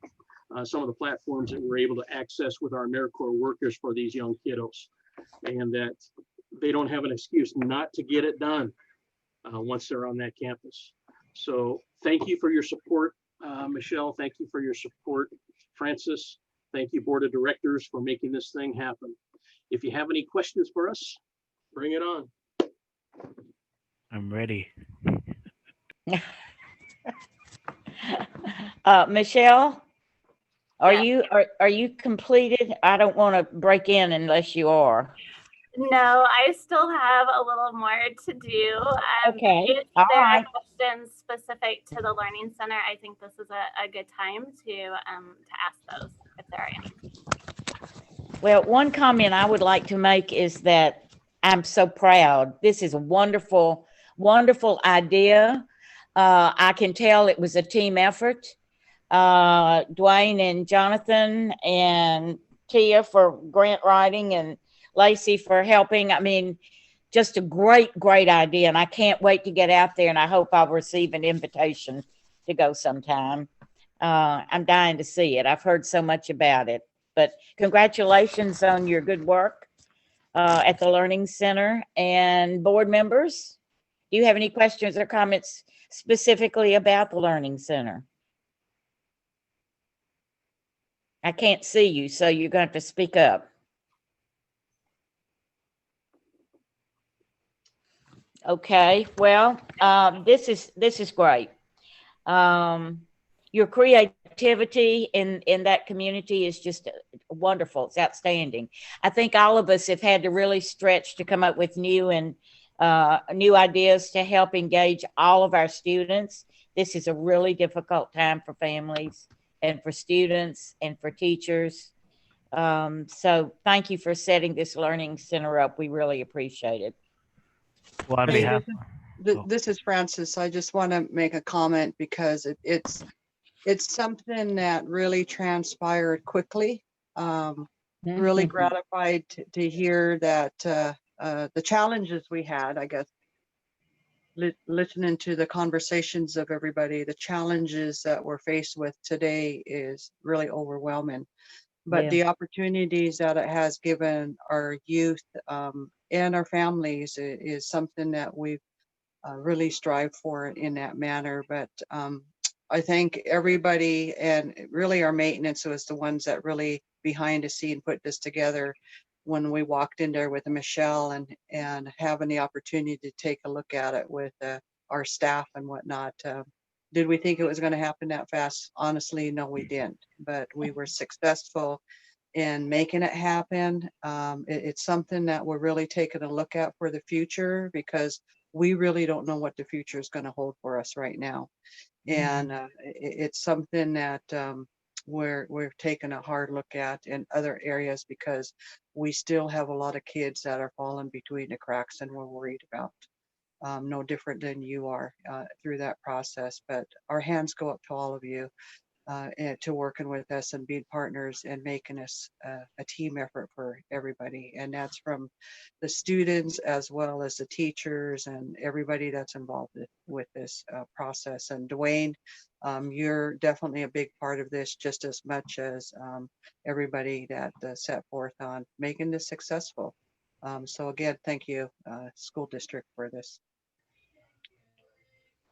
And I just wanted to say, sorry, Jonathan, I didn't mean to cut you off. I just wanted to say, I hope that this continues on just when the quarantine is over and we can all go back to life.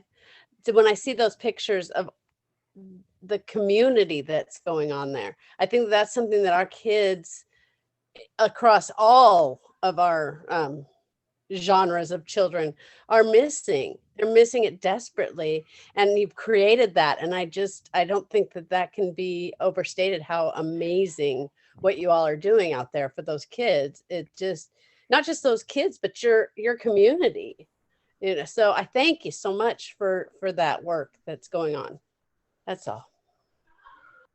I just want to invite the school board to come check it out and see the good work that's going on down there. It was good to see Michelle Olson come in, pop in once in a while and check things out.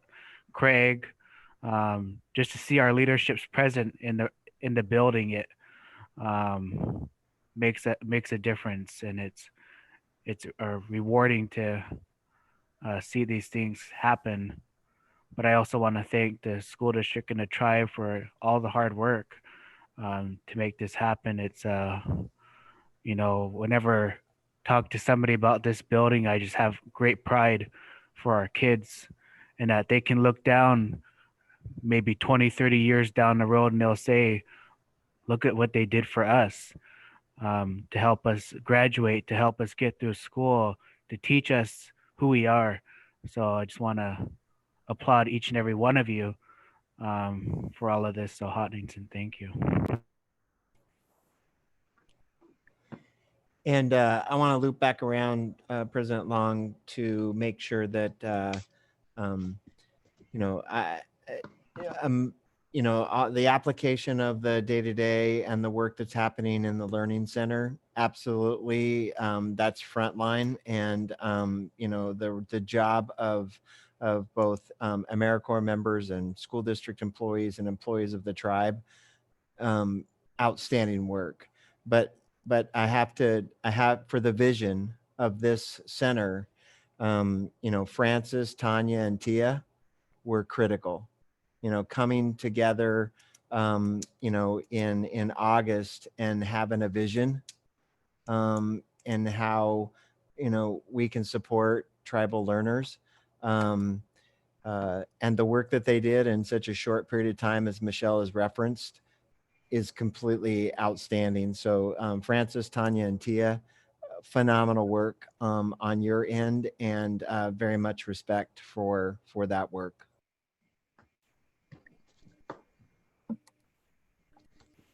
All right. And so, you know, Francis alluded to it, but like when we had gone to the buildings initially, it was like, oh my goodness.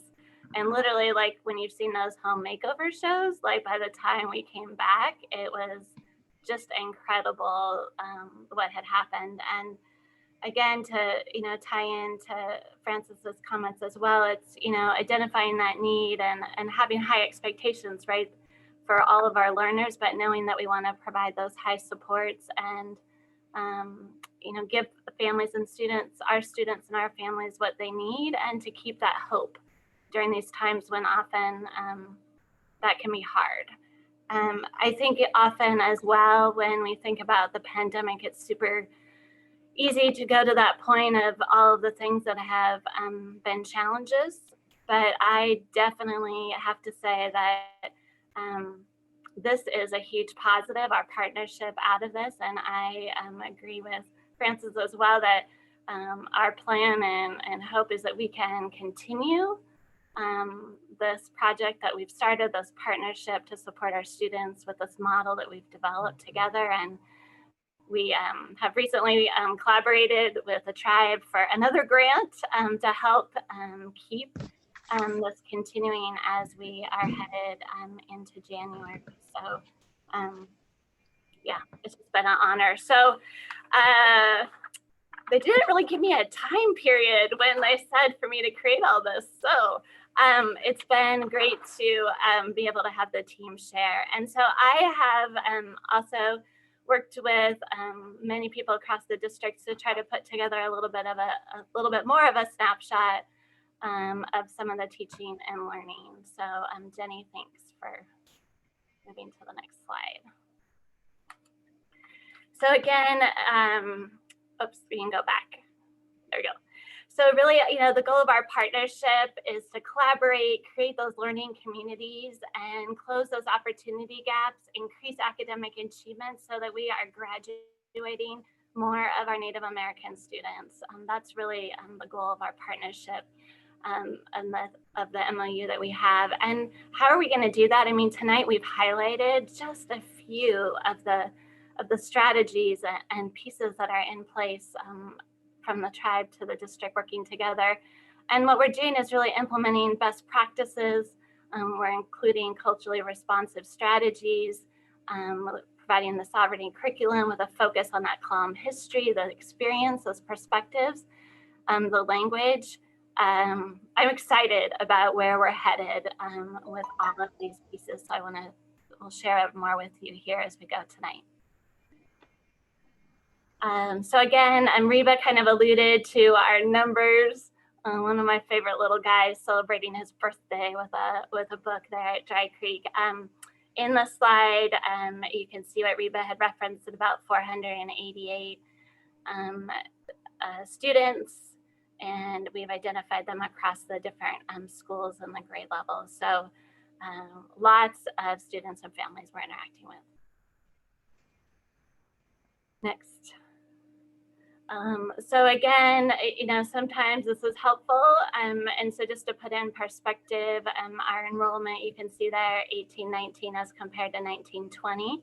Some of our district numbers are Native American numbers as we look across.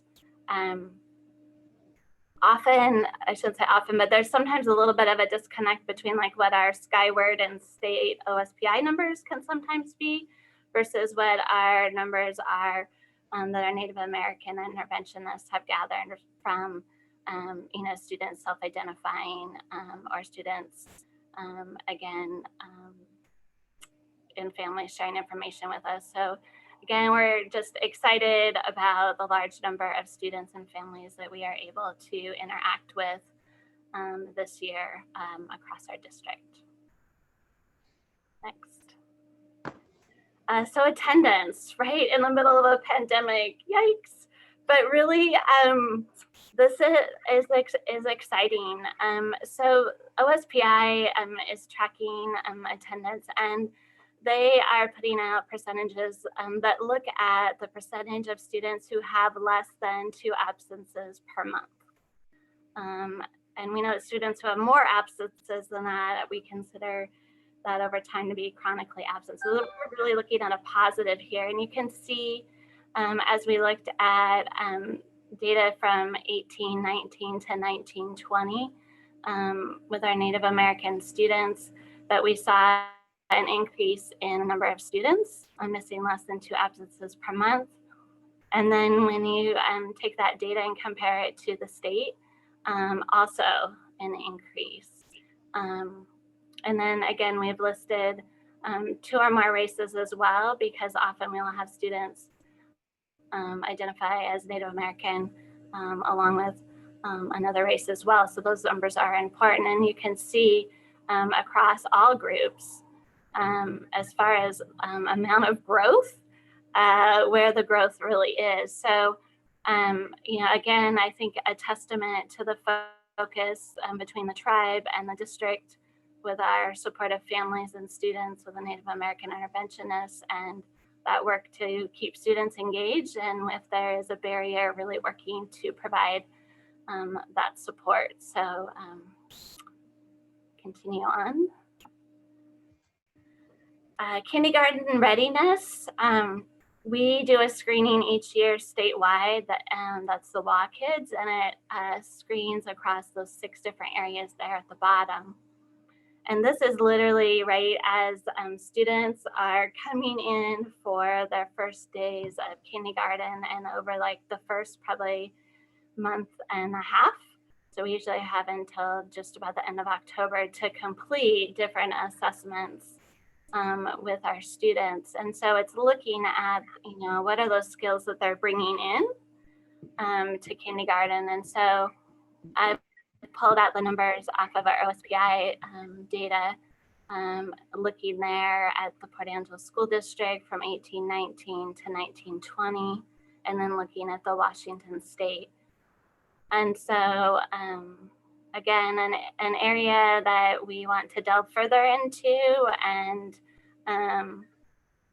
look at, what the increase, the high number that we certainly had in 1819, and explore the dip that we saw for last year. We certainly will have data for this year. It's been a creative endeavor to get our students in and get that data, but we want to make sure that we're partnering with our early childhood providers in the community and in the tribe, and make sure that we are continuing to share resources and supports across our community. So graduation, right? In this position, I continue to learn so much each day.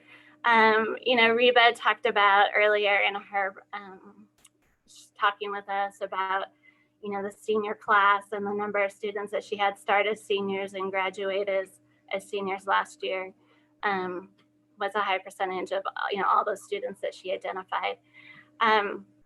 That we, for the state, they don't release like our graduation, our final sort of rates and numbers until quite a bit after the June graduation. So we are still waiting for this past June to get all of those numbers. And part of that reason is that the state has to go through and they look at students and, are identifying, what cohort they started with. They're looking at 4-year versus 5-year seniors. They're looking at, where a student may have started their schooling, but maybe if there was a student that switched school districts and, either graduated from a different one, or maybe if they dropped out for some reason. There's just a lot of different variables that go into this final number. So once we get the 2020 numbers from OSPI, we'll certainly share those. But what I did go back and pull up was for our 2019. And so again, per our OSPI numbers, you can see there. And these numbers, what I'm learning is that these are probably lower than our actual pieces, just again, the way the state reports out Native American, American Indian versus the 2 or more races. So I did compare it with the state. And so you can see there how we compare across the board. So again, this graduation rate is really based on the cohort of students.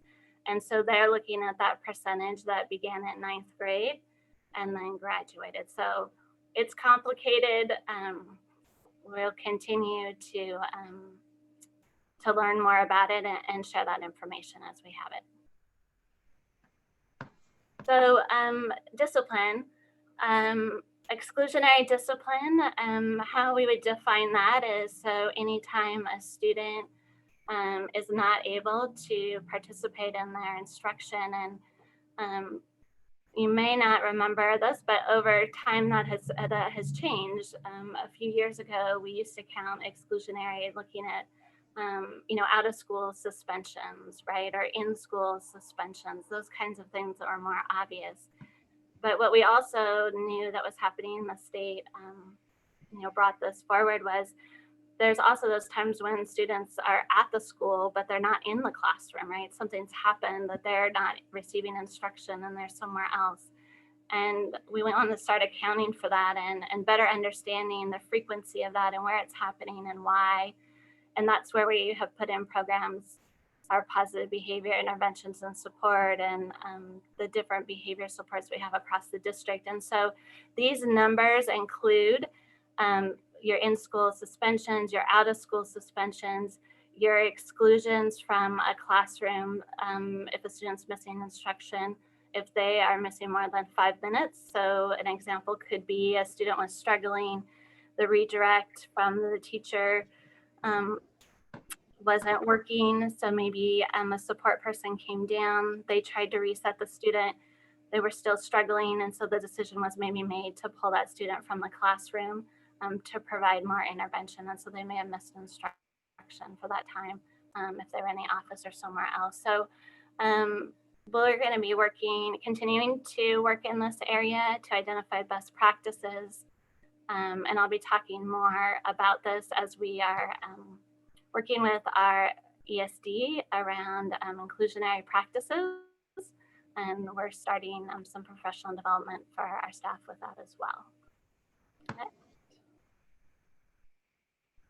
Oh, yeah, and I kind of talked about these. So again, just some of the many different interventions that we are using across our system, the restorative practices, calming areas, the morning meetings, connecting with students, those relationships, intervention, really building in our communication with parents, working on engagement, you've heard that tonight, being aware of trauma-informed practices, knowing what our professional development needs are, and we've really been working closely with not only the tribe, but with community counselors to provide more support as needed for our families. So this data is really, it's just like relevant to right now. So we, and this is really looking, at secondary. So we know across, right, our district, state, we can keep going with that, but it really is, it's challenging to keep students engaged with their learning, especially in a remote learning sort of situation. And so every staff, at the secondary, and certainly at the elementary, but this looks at secondary, is working on a daily basis to identify those students who haven't engaged in, say, a scheduled Google Meet with their class, or if they haven't logged into their Google Classroom to participate in their learning or their work. And again, we're on terms this year, so we're doing four terms with 4 classes. Term 1 was advisory and 3 classes. Term 2 that we just started is 4 classes. And this is different for students, it's different for staff and families. And so we're really working to identify by student, right, by grade, by student, who is struggling. And we're looking at it in 2 areas. If we look at the high school specifically, we're identifying the students in blue, those students who we're identifying as being at risk given their number of credits. Now, this isn't to say that they're not going to graduate, but this is saying that as a team at the secondary, that we need to make sure we're providing the support like right now, that we're also being very cautious and supportive of what the schedule is for the students. And not only are we giving supports right now, and that could be tutoring, it could be, the tribal center, learning center.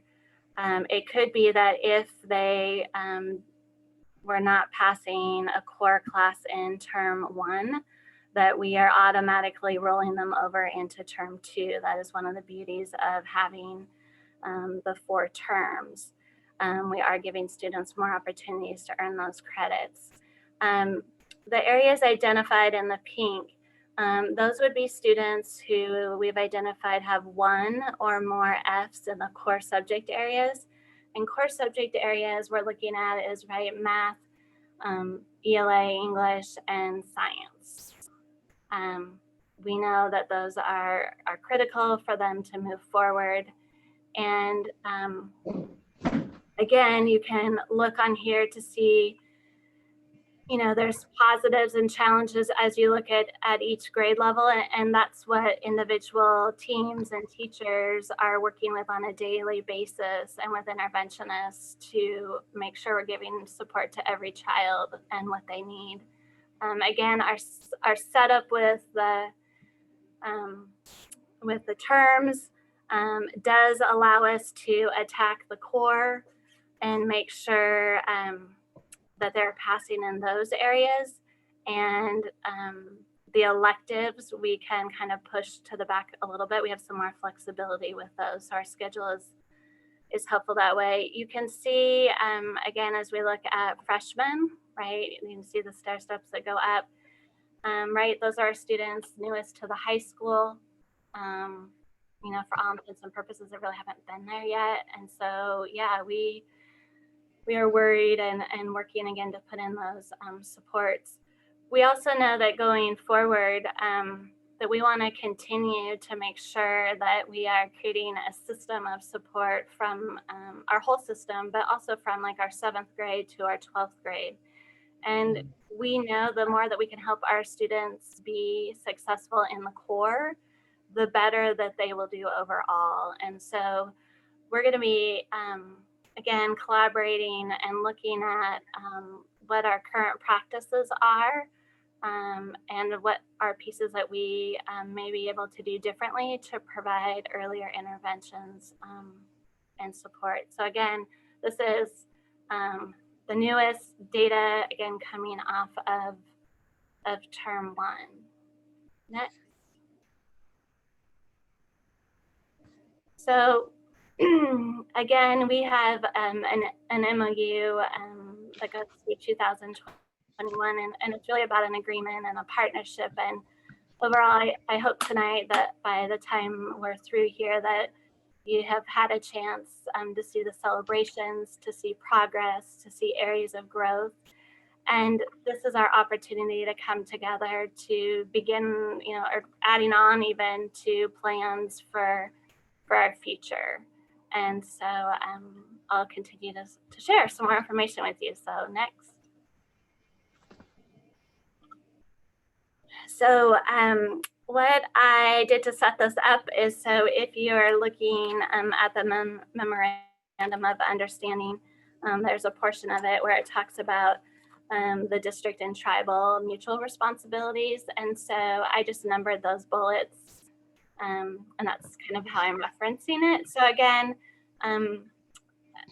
I could, as you know, I could go on a lot, but I am learning a lot too. And so I've put as much as I could down in here to celebrate. So first off, talking about the sovereignty curriculum, that is continuing to be implemented across the district. We'll talk about that more as we look at Action Plan 1 as we continue on. Bullet 3 is looking at those district tribal resources. Again, we've heard from so many key people in our resources. And again, we'll continue to talk about that as we look at Action Plan 2. Next. So again, collaboration, so much collaboration, but especially, you know, those cultural celebration events. So the potlatch being one of them, certainly the language opportunities, the learning center is another great example, but we'll be looking at that more in Action Plan 1. Next, we're looking at sharing work and data. Couldn't be more proud of our partnership with this. Certainly, we have the Heritage Language Grant. And then we are, I think I alluded to it earlier, that we have applied for, or with the tribe. The tribe's applied, we've helped support the community-based organization grant to continue the work at the Tribal Center. And then there's the piece about reviewing needs of students at the beginning of each year. And so again, Superintendent Brewer and Chairwoman Francis Charles, along with support personnel, began meeting in August to identify, discuss, review, and plan for these supports. So that's a continuing conversation. And next. Again, the piece about meeting on a regular basis. The goal of meeting, right, is to accomplish what is set out in the MOU, including sharing student successes and barriers with, again, that goal to improve programs, achievement, and graduation. And so we'll be talking on an action plan. Community Truancy Board participation. This is, again, a board made up of community members, and we want to have our Native American representatives on that board to provide connections and support for students who you know, the attendance has gotten to that level where those other, you know, interventions maybe haven't worked yet. The next part is the ongoing evaluation of program effectiveness. And so, you know, the reviewing of attendance data and achievement data. And again, really wanting to get to know and understand by school, by grade, by student, right, by family, what the needs are. And again, working and exchanging information so that we can collectively make plans to pool resources to move us forward. And how are we going to monitor that along the way? Next. So again, this calls out identifying resources and best practices to close that opportunity gap. So we've talked about some of those tonight. So certainly the Learning Center. We also have our Port Angeles School District Equity Team, and many of you here this evening are part of that, and that continues to meet monthly. We have our administrators, our equity team, community members that are working with Erin Jones, who is a community leader and consultant on equity and social justice, and she's begun working with our district in August. And so she's with us a couple of times a month and just continues to bring that third, you know, outside perspective in and asking us good questions to push our thinking about our practice.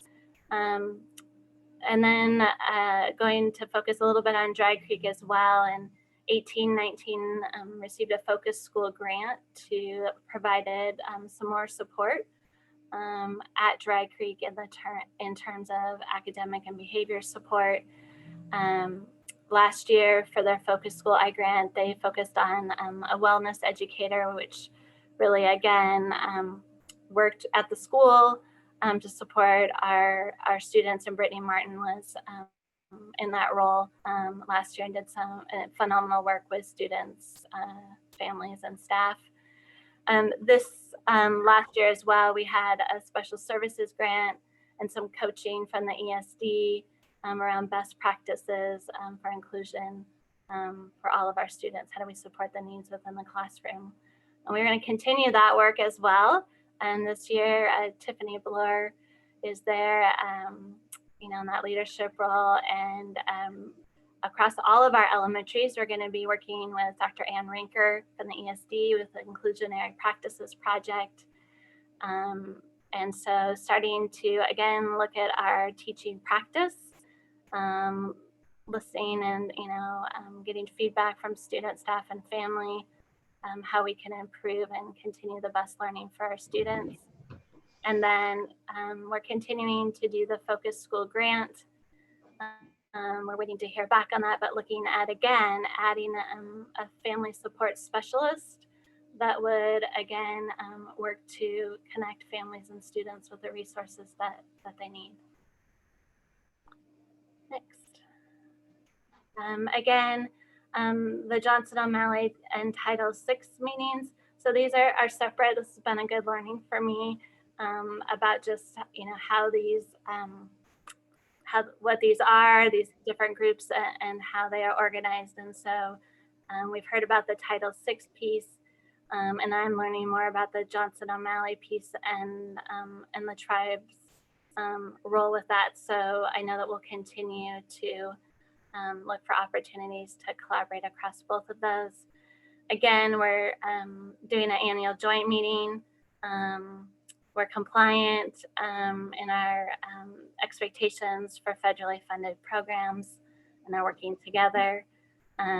We've identified, knowing that we have a need for the Clone language program to continue. And Jamie's been great at starting that piece to make sure that we have someone to fill her shoes when she considers retirement. So I don't want to say that too much. But we know that we also want to continue to grow that program for the Clone language. Next. And then again, just from page 3 of the MOU, identifying again a tribal member to be part of our instructional materials committee, looking at implementation of consistent training and teaching of since time immemorial across our district, and making sure that we're communicating information about our tribal curriculum implementation to parents, students, and the community. And so again, this is just really a draft and taking some of the things from the MOU and starting to kind of, you know, put them under, just help us focus a little bit. So Action Plan 1, really, you know, wanting input around this, around the language, history, and culture, and you can see there. Again, this list was not exhaustive, but just taking this from the MOU around the training and implementation, our collaboration, and then, you know, continuing to support our language program. Next.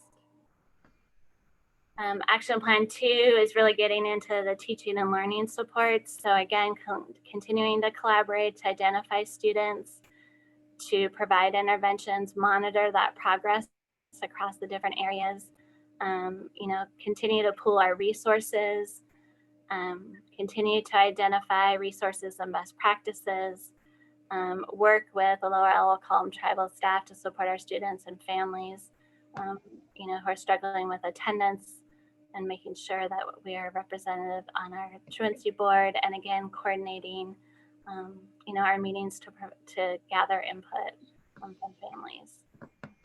And Action Plan 3. Oops. Do one more slide. there we go, is really around that communication and collaboration, but just continuing to meet on a regular basis, share and collaborate around, whoever hears of the grant first. We definitely are getting good experience with that. I am committed to meeting weekly with all of our interventionists to streamline communication, problem solve.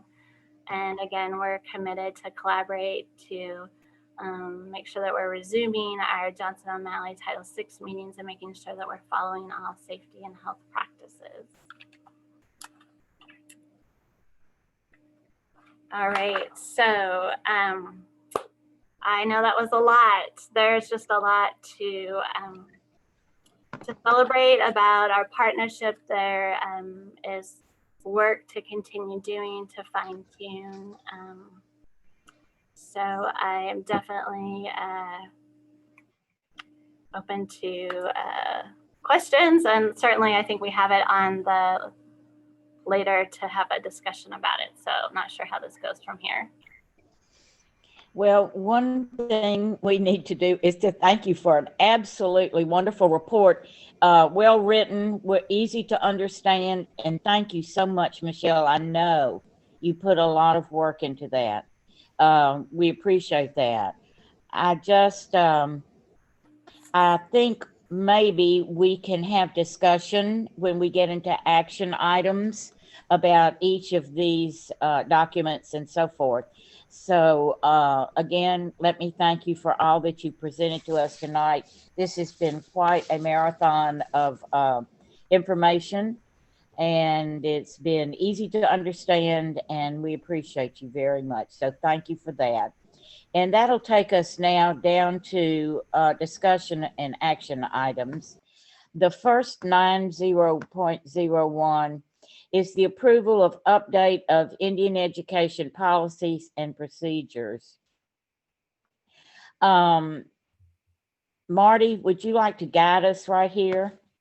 Yeah, so I'm gonna have Kira take the lead on just a little bit of this, but a few years back, and this is the policy and procedure that we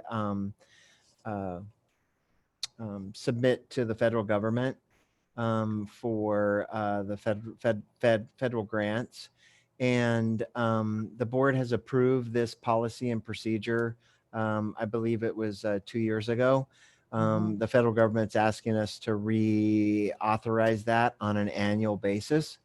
And so this is a request out of the Department of Ed. Kira, do you want to share just a little more detail around the grant process? Sure, yeah. So this document that we're showing you now is actually a policy and procedure combination. So there are 5 different policies which are on the left-hand side, and those are really required policies, and it's kind of summing up everything that we've been talking about and the plans, moving forward of a lot of the items that are actually required under our Title VI grant. Items that we show when we turn in that Title VI application, and then we review it every year. They're looking to make sure that we're following the steps and that we have an action plan and procedures set in place, which is on the right-hand side. And we're just, continually following up on that, looking at what we're doing, talking about what should change, what's working, what's not, and then updating this document every year. So again, it's about, the information that we put together and put out to families. It's about, the amount of collaboration that we're going to have, how we're documenting that, how we're allowing for feedback for families to be able to communicate with us, how that's set up and how often. So it's, it's that piece that we are reviewing every year, so that when we turn in our Title VI application, that is a part of that, and they know that it's been board approved. Okay.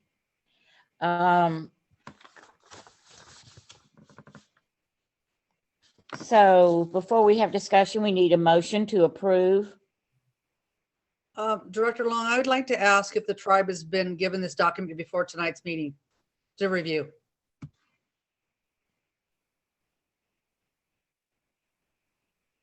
Kira or Marty, could you answer that? Yes, the agenda item was given, not the actual document. No. I really just feel like with consultation that we really need the tribe to review this before the board approves it. I know we're on a timeline, but I just really feel like we need to honor our relationship with the tribe, and they need to have time to have reviewed this document before the board decides to pass it. Now, are we talking about this document that we're looking at right now? Yes. Or the total MOU? What I would tell you is this, so just a little clarification. This is a procedure. Board doesn't approve procedures. I understand what Kira's talking about. It's a policy. But we do have a policy. So right. If since boards do not, the board did not approve procedures, I would recommend that we use this document within the MOU or reference this docket within the MOU or within the consultation document. Okay, it was my understanding from reading this that that we would not usually do this, but the document has both required policy and procedures, and the board will need to improve it. So Marty, could you speak to that for a moment, please? Yeah, this is you know, again, Director Kelly is correct. Typically, board does not approve procedure, right, or does not authorize or does not write procedure. That is administrative function. Correct. But because this is a federal government request, this actually aligns to our policy. And the procedures have to be written and board approved by request of the federal government. So this is an exception to the normal rule. Cindy? I just come back to my conversation regarding giving respect to the tribe for them to review this document before the board approves this, if we're going to approve this as a procedure. Okay, what is your suggestion then that we do with this evening? Well, my question again, did the tribe have time to be consulted about this document? And if not, then we need to table this. I understand that our Title VI grant is due, but poor planning on our part doesn't make it an emergency as far as I'm concerned, without being respectful to the tribe and getting their input. Okay, is Francis still there? I am still on here, and I've been looking over some of this, so I would like to bring it before our council, Okay. which we're meeting on next Tuesday, to have some further discussions with them, because it's something that we definitely need to take a look at. Okay, thank you, Francis and Cindy and Marty. What is the timeline for this? Kira, timeline is really January 1st. Is that correct? Yes, they're holding grant approval until we turn this in. So okay, well then that gives us plenty of time then to table this. Francis, we'll get this information to you, and you will take it to the tribal council, I'm assuming, and then give us feedback on what you come up with, and then we can bring this. When is our next meeting? We don't have many more meetings before the new December. year, do we? December 10th. December 5th or December, first week in December. Okay, could we, Francis, could we use maybe the week before December 10th as a time for you to give us feedback on this? Yes, yes, we definitely will do that. Okay, thank you so much. All right, well then, if the board agrees, since we did not have a motion, we don't have to amend the motion. We'll just move this 9.01 to the next meeting. How about that? Will that suit everybody's needs? You want me to make a motion to table it till next meeting? Well, we didn't have a motion, so we don't have to table a motion. Okay. You see what I'm saying? I think that's correct. Somebody else give me feedback here. I'd say we're good. I mean, if you Sarah? want, I will make a motion to table this until the December meeting. Okay. Why don't, go ahead. That's fine. I make that motion. Director Wright seconds it. Okay, and so the motion is to table this item. Let's just call it that because it wasn't a motion. To table this item until the December 10th meeting with the assurance to the tribe and to Frances that we will get this information to her quickly so she can take it to the tribal council. So all in favor say aye. Aye. Aye. Aye. Opposed, no. Okay. Thank you, Cindy, and thank you, Sarah, and the rest of the board. Okay, that moves us down to 9.02, approval of resolution 2021-05, tribal history. And this is the resolution. 2021-05 Tribal History by Director Kelly. Okay, second. Director Methner will second. Okay, it's been moved and seconded that we approve resolution 2021-05. Is there any discussion? Hearing no discussion, then we will vote. All in favor say aye. Aye. Aye. Aye. Aye. Opposed, no. The resolution passes. Now we're at 9.03. We're going to be talking about the MOU now. And this is a time when we can discuss the MOU. The tribe is here and their representatives, the board is here and superintendent. And I want to encourage all members present to, if they have any issues with the MOU, to bring them up right now.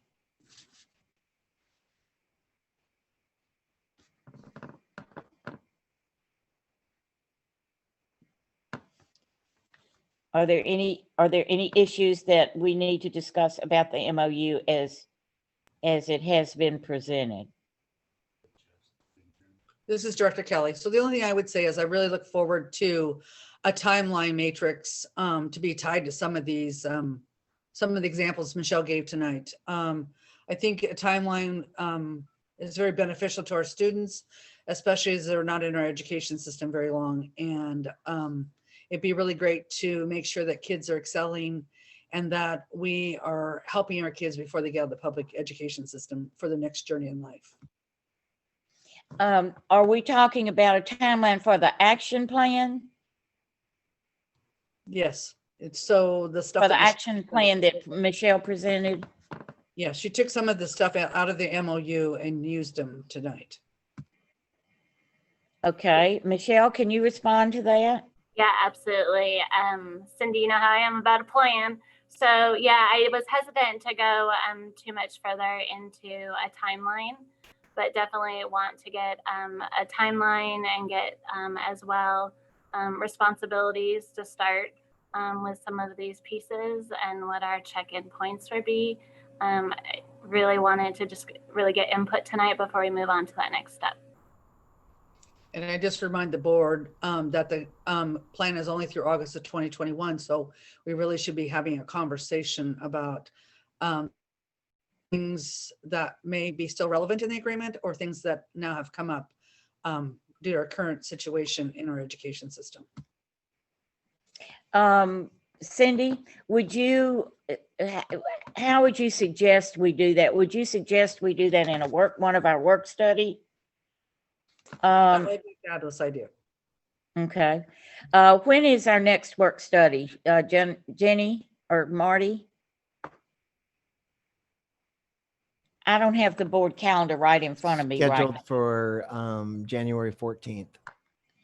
Do we have anything scheduled for that particular session already? We had a tentative conversation at the board retreat around equity policy. That's what the board discretion was at that time. So we have 2 study sessions scheduled, actually 3 study sessions scheduled in the first 5 months of 2021, January 14th, March 11th, and May 13th. Again, the board had discussion at the board retreat that they would like some time to discuss a new equity policy for our school district at the January 14th date, but that's up for discussion. So, what does the board wish? I'm listening to hear what you all have to say about maybe what to discuss when.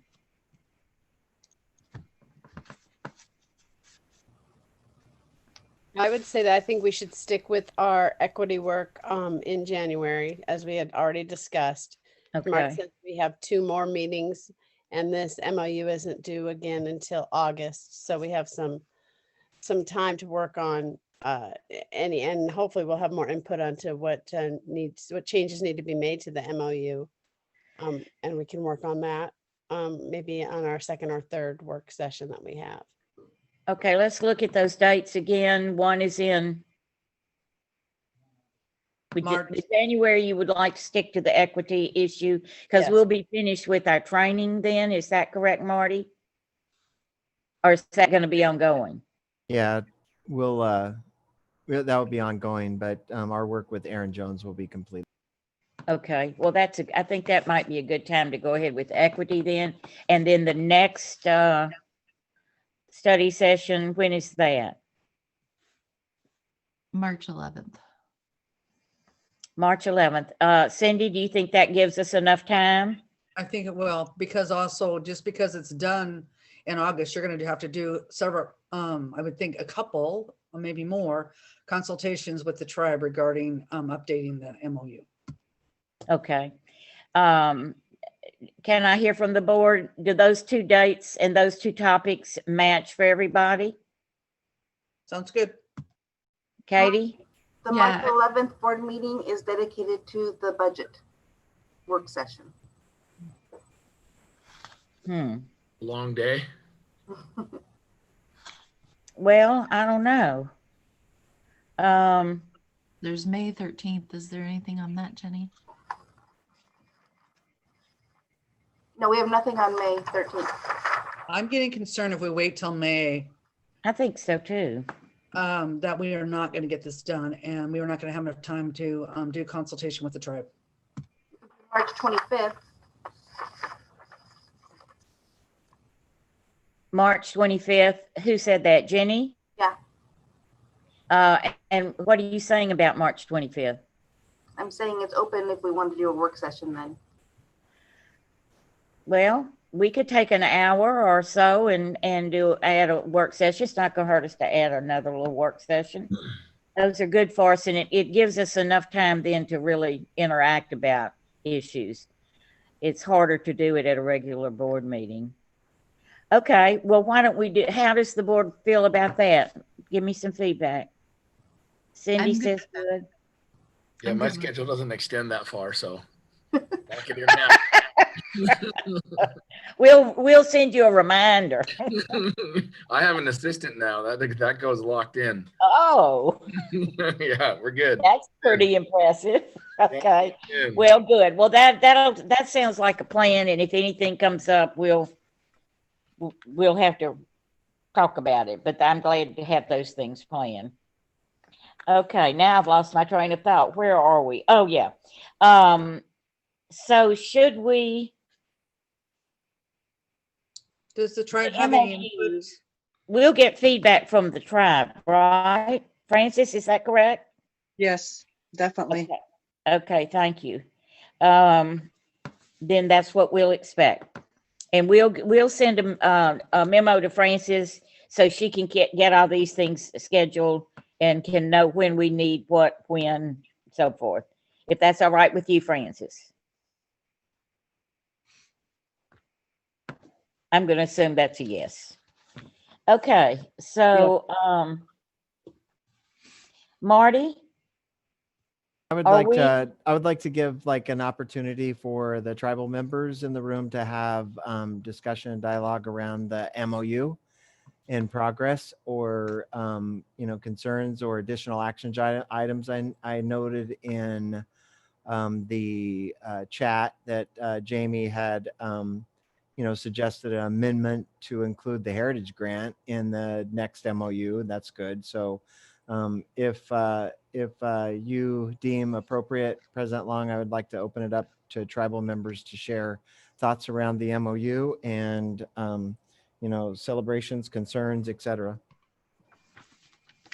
exactly. And I'm certainly open to that. And the floor is open to anybody who would like to have some input with the MOU tonight. And then later on, if you come up with things, then we will accept those ideas too. So the floor is open.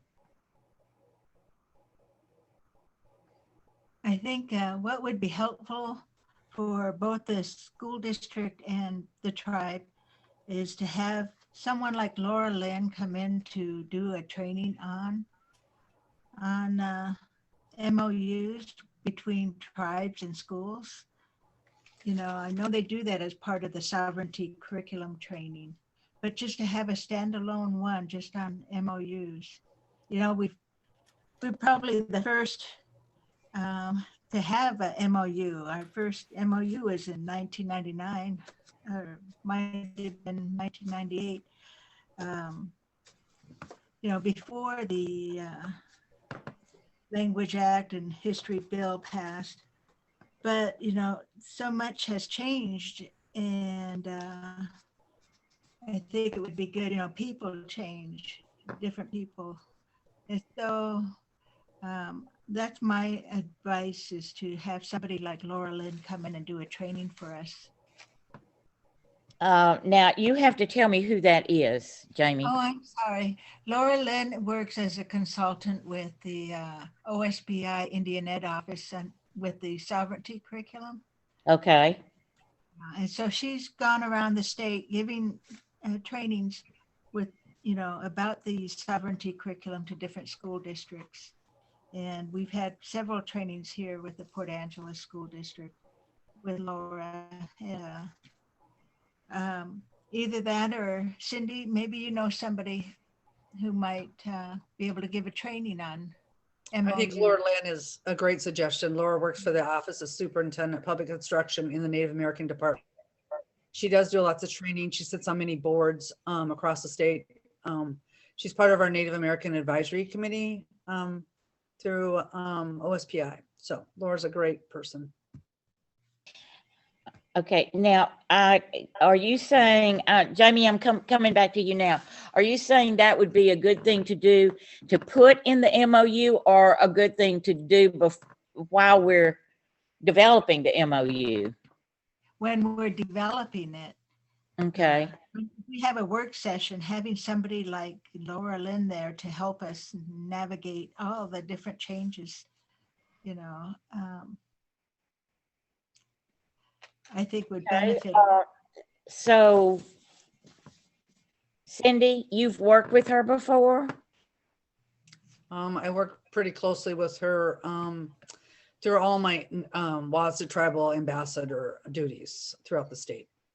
And do you, this would be a meeting, a training kind of that anyone could come to, or is it the board and the council, or Jamie, how would you see that? I would see that with both partners, the school district and the Lower Elwha Clallam tribe. Okay. Well, why don't we, first let me hear from the other board members. Since I can't see you, I have to hear from you. Sarah? Katie? Jake? I'm here. I'm sorry. I couldn't find my mute button. Okay. Yeah, I totally hear what Jamie is saying, and I think MOU training is never a bad idea, because I don't know that we all understand it.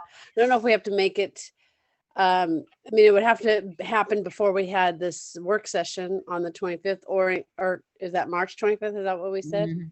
Yeah. Or envelop it into that meeting. So it's all sort of a piece. She could kind of talk to us, and she could actually work with us as we're working through. Instead of being 2 meetings, just be the one, maybe a little bit longer. That would, I guess, be what I would suggest, that she kind of could work hand in hand with both, be the bridge for us in terms of training. So that obviously then requires somebody connects with her to see if she's available on March 25th. Okay. Well, Marty, could you do that for us? Marty?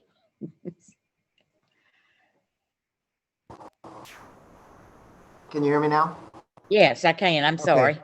So I think it starts with, I think that's a great suggestion from Jamie, but I would like to hear from the tribal council and Francis. And if we can work between government to government, work between the school district and the tribal council and set a mutual date, maybe that's not the 25th.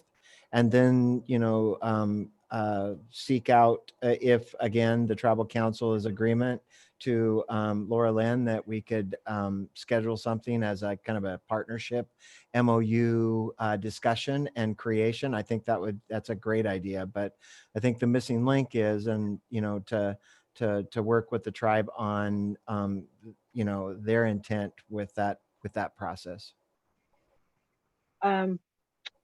I think it's really important that we have some consultation with the government to government standards that apply to this. And Laura Lynn would be a good one on the sovereignty aspects of it to educate everybody through that process.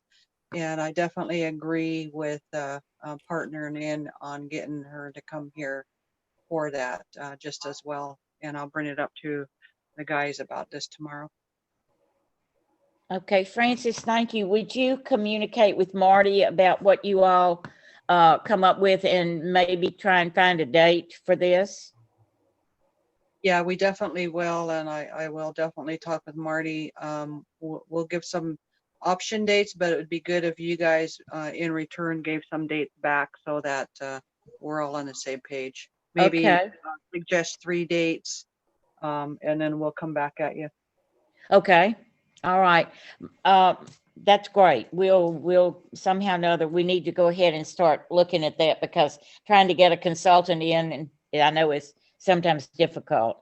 So we might even need to talk to her about when she's available. So Marty, will you take care of that, please? And I'll be glad to help in any way. Yes, I will. Thank you very, very much. That sounds like, Jamie, that's a great idea. And that will be helpful personally to me, because I know memorandums of understanding can change from organization to organization to organization. And so we need to all be on your group, and the board we all need to be on the same page about this. Particularly if we're going to be doing this, is my understanding, every year instead of every 2 years. Is that correct? Cindy? The consultation happens every year. You have to do consultation every year. The MOU is 2 years, 3 years, whatever. I mean, we might just go back to, I look at the MOU as kind of the procedure, where the consultation is really the policy. Okay. Well, we can have a good discussion about that, and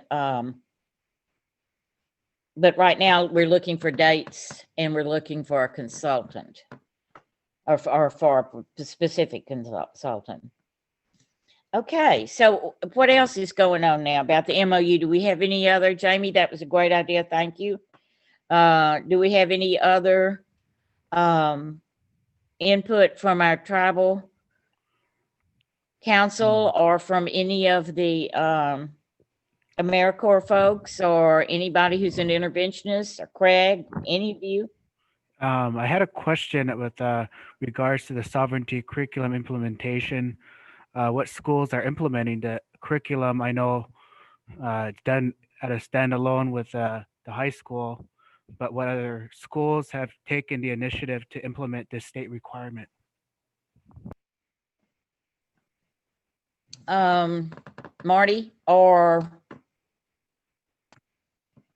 somebody needs The to help me with that. part of the problem that we have in our district is the implementation of the sovereignty curriculum is hit or miss. It's inconsistent to say the least. And so I think the most important piece right now that Michelle referenced tonight is to create the action plan and to change that. And the commitment by our board and this administration to consistently implement the sovereignty curriculum system-wide, K through 12. So we do have some exposures in each of the schools, but it's not what it should be today, Jonathan. That's the most candid answer. But our commitment is to change that moving forward. And we'll lean on the teaching and learning department to make sure that that gets done. All right, thank you. And then with the instructional materials committee, is there a tribal representative or a native educator or anyone on that committee? That's something that we'll be talking about through the consultation process. Okay, thank you. On our behalf. Yeah, I was just reading through it and I was like, oh, these things stick out to me. And I was like, okay, what are we doing about this in our relationship and making sure these, not only are we, sharing this knowledge with our native kids, but, all the way 360 with all students in the district. So that was just some things that stuck out to me and in this MOU, and just wanted to ask in this meeting because what a perfect place. So Hot Nixon, thank you. I have a question about the sovereignty curriculum. Is that the one that comes out of the Smithsonian? There's No. Where is it from? OSPI. The sovereignty curriculums is from the OSPI Indian Ed Office, but it is linked with the Smithsonian Institute curriculum that, they're both linked together. Okay, because I'm familiar with the Smithsonian one. In fact, I had a nice conversation with the representative from the Bureau of Indian Affairs who started that a couple of years ago. Got to sit with him in a meeting, and so I have seen that curriculum, but I have not. I don't know if we're talking about the same sovereignty curriculum. So I will personally take it upon myself to answer my own question. I just went through the sovereignty curriculum training with Laura Lynn and Joan Baker. It's really good training. They're really thorough in their training. It sounds like they do it monthly, but I went through that training and they have good materials. And with regards to it's the Since Time Immemorial Tribal Sovereignty Curriculum, which is from the Office of Native Education from OSPI. Right. So just a little history. So Jamie and I and Tracy Hoskowitz were part of a pilot when we first started the sovereignty curriculum in the state. Port Angeles was one of the pilots. So Jamie probably still has all that stuff. I think I probably still have some of that. Yeah, I And so remember it's been that. many years since it's been adopted. And so while we have sovereignty curriculum at the state level, it needs to be geared to your local tribe. That's the only thing, with the local tribe approving what needs to be taught in the districts. Okay. I just would like to, can I go ahead and just, I would really love to see the action plan and the timeline, like Cindy said, working with the MOU and the school district over all these years. It's been hard to see. I know we take baby steps, but then sometimes we take steps backwards. So even creating some kind of some kind of 5-year plan even or something would be great to see, just so that we can definitely share the data eventually on where the progress is and isn't, to know where we need to work on. Because really, when you look at the MOU, there's so much on there, and we need to definitely itemize and see what's what are the needs right now? What can we work on a little bit later? So because we're not, I personally am not seeing the progress that we would like to see over, you know, the 15 years since I graduated from high school. So thank you. Carmen, are you talking about the progress within the MOU, the document, or are you talking about the progress with children, with the students? The progress with the students within the MOU. So, you know, we've come a long way in the Port Angeles School District, and I'm really, really grateful. But we can be better, you know, on the tribal side and on the school district side. And so that's what I've been looking at all these years of working with the school district and the tribe. So, yeah, so it's always going to be work in progress. People come, people go, and that's part of the issue. Teachers come, teachers go. Yeah. Consistent is definitely, you know, that's what we're also looking for as well, is consistency. Where are we lagging for our children? And I'm grateful again to see the partnership that we have and that we're sitting here right now talking about it. But I've sat on the multi-cultural committee, for instance, for years until it pretty much diminished. And that's what was lacking, was like a 5-year plan. We all had great ideas and we all wanted to meet all these great things, but it would just fall through the cracks. And that's what we are seeing for our children, is they're just falling through the cracks. So yeah, so those are just, it's a lot. It really is. And there's a lot on the MOU.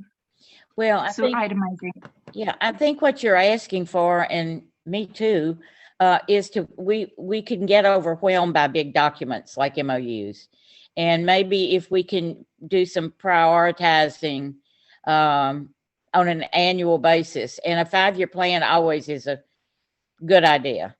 That's what I'm hoping our levy has done. We've developed a 41-year plan, and I think people can understand that, and then it can be broken up into units and not become so overwhelming. So good idea, Carmen. Thank you. Okay. Anyone else? For the development of a plan around the implementation of the sovereignty curriculum, and in the spirit of government to government relationships, like what, you know, Michelle Olson will be the lead for the school district. Who will be the lead for the tribal community around developing the plan and then implementation of the plan? We'll take some of that responsibility. I will, and we'll be working with some of the staff on that part of it, just as well as some of the advocates. Okay, good. Thank you, Francis. Marty? Anything else?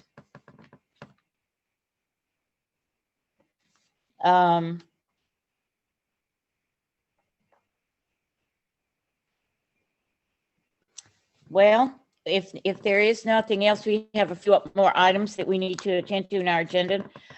This brings us to community comments. Jenny, do we have any community comments? We do not. Oh, okay, thank you, Christian. Well, that brings us down to board comments, and we have our 2 student reps here tonight, and I'm really anxious to hear what they have to tell us about what's going on in the schools. So, Lakin, are you there? I think I caught a glimpse of you someplace in all this movement around. Yes, ma'am, I'm here. Hi, it's good to see you. Would you like to talk about Lincoln for a moment? Sure. There hasn't been a whole lot going on right now. A lot of kids have been going back, and there's been a lot of participation with that. We've had to cut down on our online advisory time just to make time for that. And it's been working out really good, though, because everybody gets to come in, say hi to all their teachers, and just get their work done. But other than that, there hasn't been a whole lot. Okay, now you all are finished with your first quarter, is that right? Yes, and moving now into your second quarter. Yes, ma'am. Good, and that's working okay? Yes. You're moving to 4 classes, is that correct? I believe so. Yes. Cause are you at the college still? Yes, I am still at the college. So Still doing Running Start? yes, ma'am. Good. And everything's going okay for you? Yes. Yes, it is.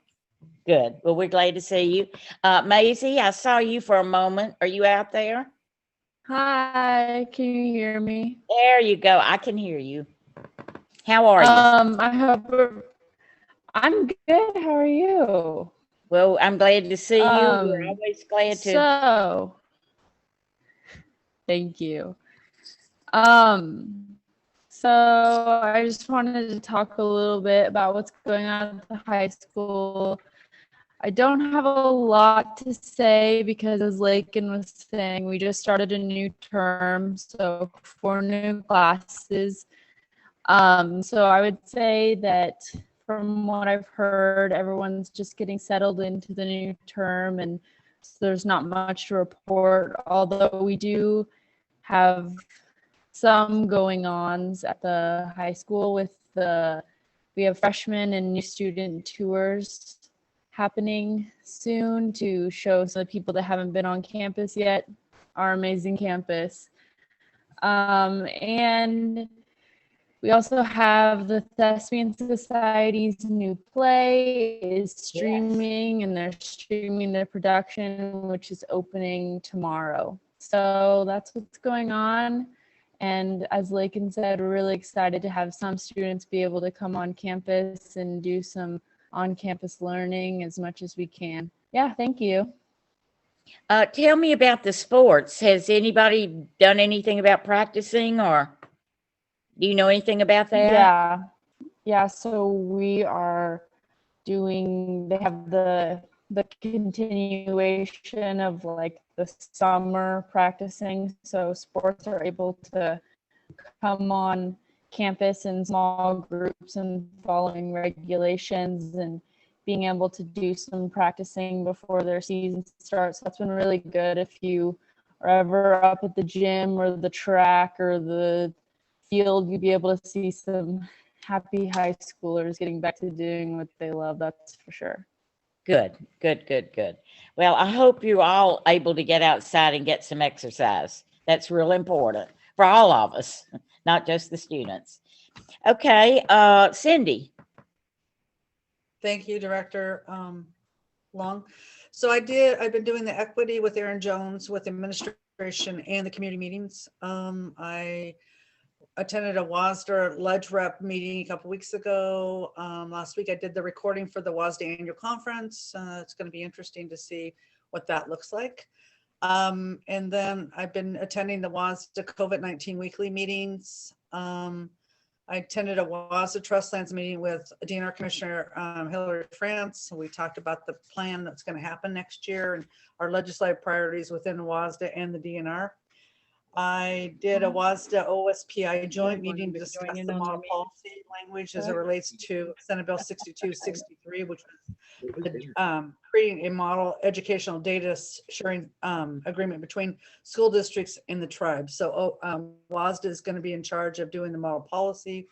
That was a bill that was passed last year. I had a meeting with OSPI staff and the state board member to discuss Senate Bill 5023, which concerns the ethnic studies curriculum for public school students, just to make sure that we were all kind of on the same page where the state board's going and where OSPI is. And then I attended a policy committee meeting. And then I had the pleasure of attending the Superintendent Leadership Council meeting where I got to listen to Marty tonight. So that was a great meeting to listen to. Good. You've been a busy lady. Thank you. I saw where we might have an opportunity to visit with our 3 representatives before the session. And did that happen in Squim? Cindy, do you know it? I ran into Jim Stauffer and he said they were going to have them in Squim to talk to answer questions. If we want that, I can make that arrangement happen. So just let me know if that's your desire. Okay. Sarah? Your turn. Sorry, I'm having a lot of trouble with that mute button tonight. Okay, so I have the only thing that I've really done that's just been so amazing is we've now gone to Jefferson, Franklin, and we just did Hamilton day before yesterday to see the 5th and 6th graders get back in. Oh my gosh. Oh my gosh.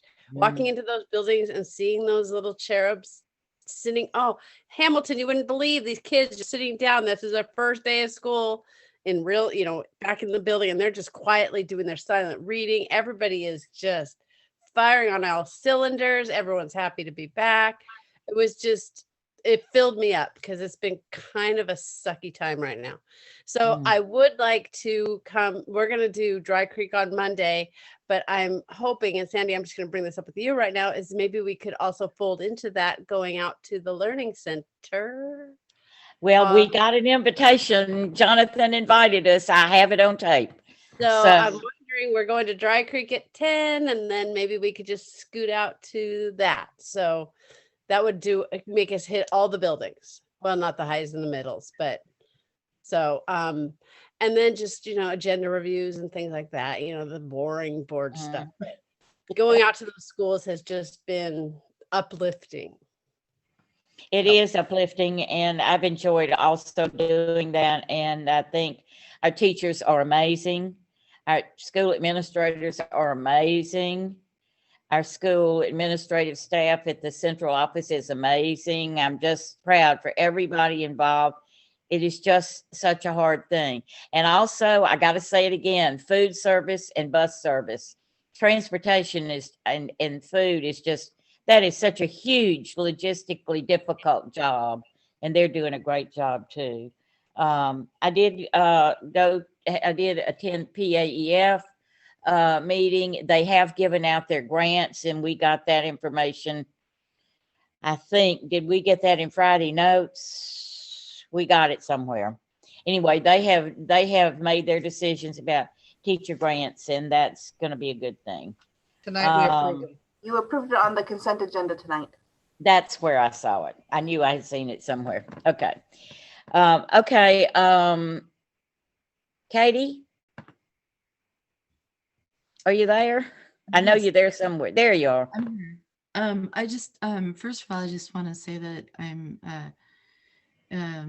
incredibly honored to have the tribe here tonight, and I have learned so much. The documents that I received before the meeting didn't really give me the full picture, and so I really appreciate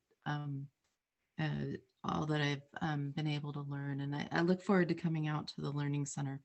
That sounds really great.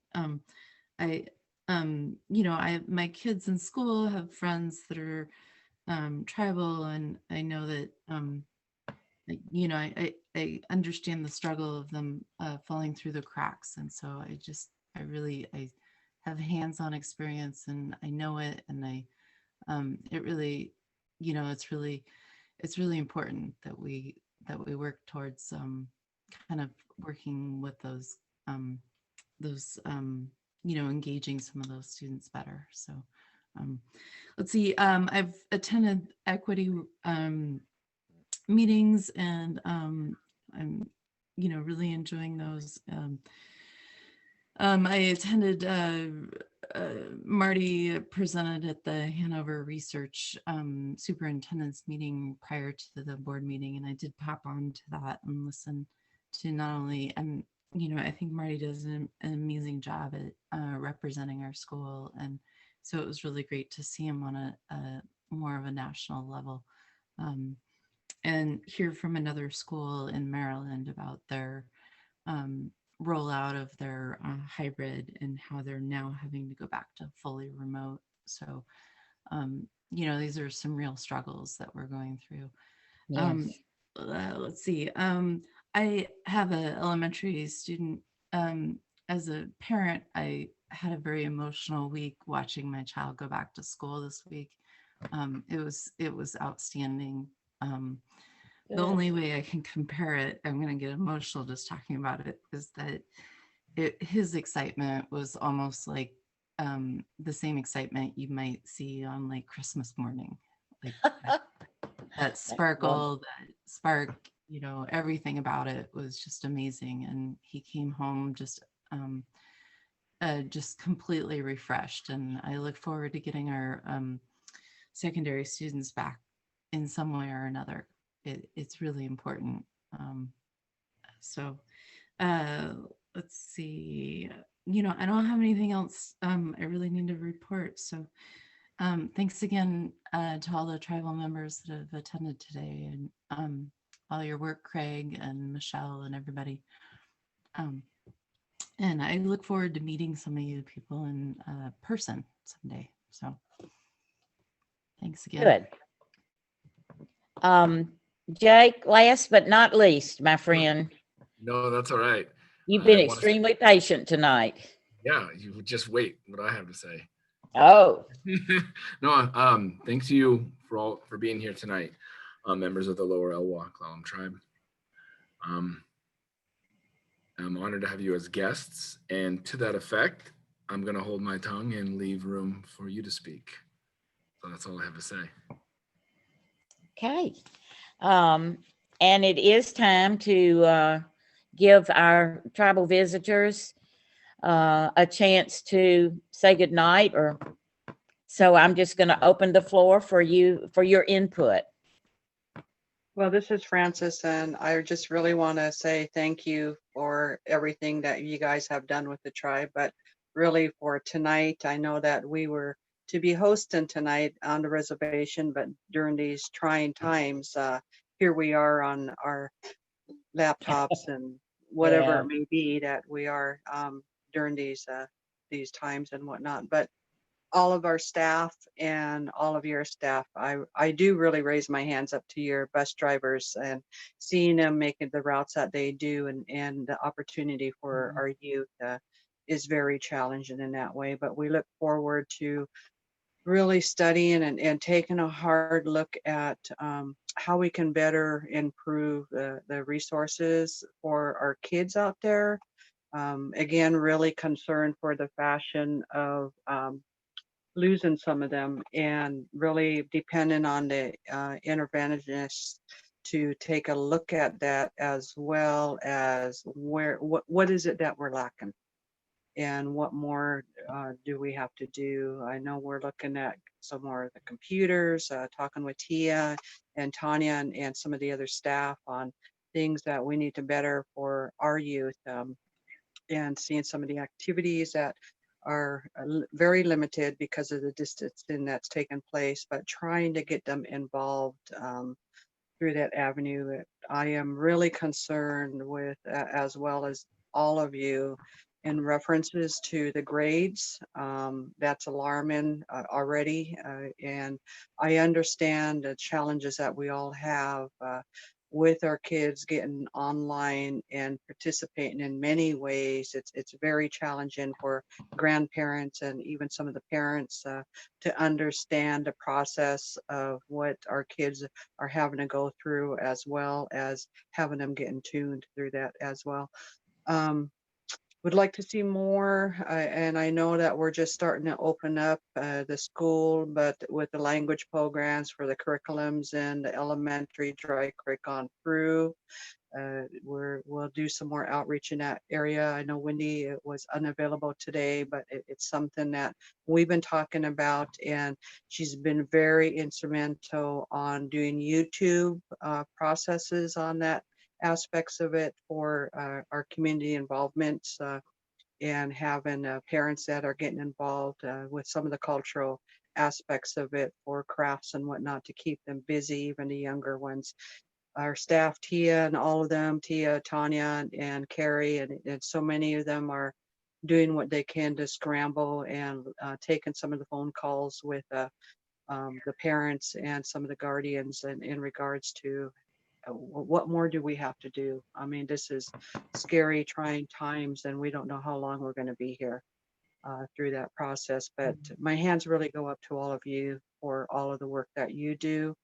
Yes, we have a lot of work and dusting off the MOU and really taking a look at these trying times and seeing where we're going to go. I do agree that we need to implement some timelines, but also we need to put teeth into it.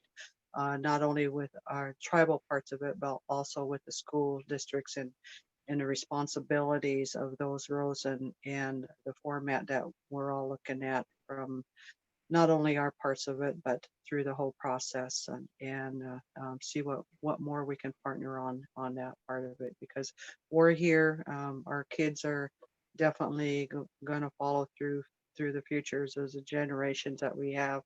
And really, again, thank you all for partnering and being a pilot programs that we were, to be able to really emphasize to the other areas that we've been successful and we know that they can too.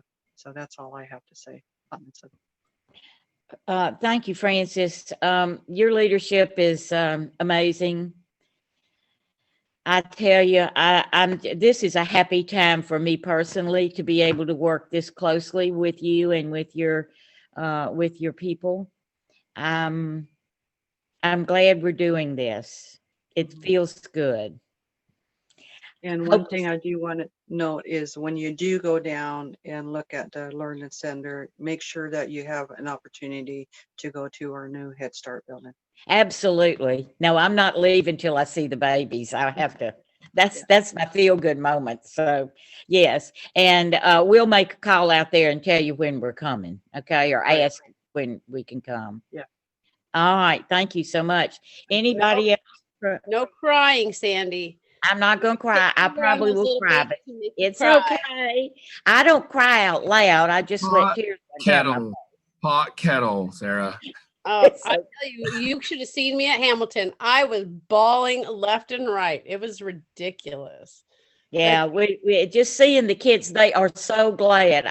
That feeling, I think Katie said, of Christmas morning, when you see kids that are so excited about coming to school, it's just amazing and it's wonderful. It makes you feel good.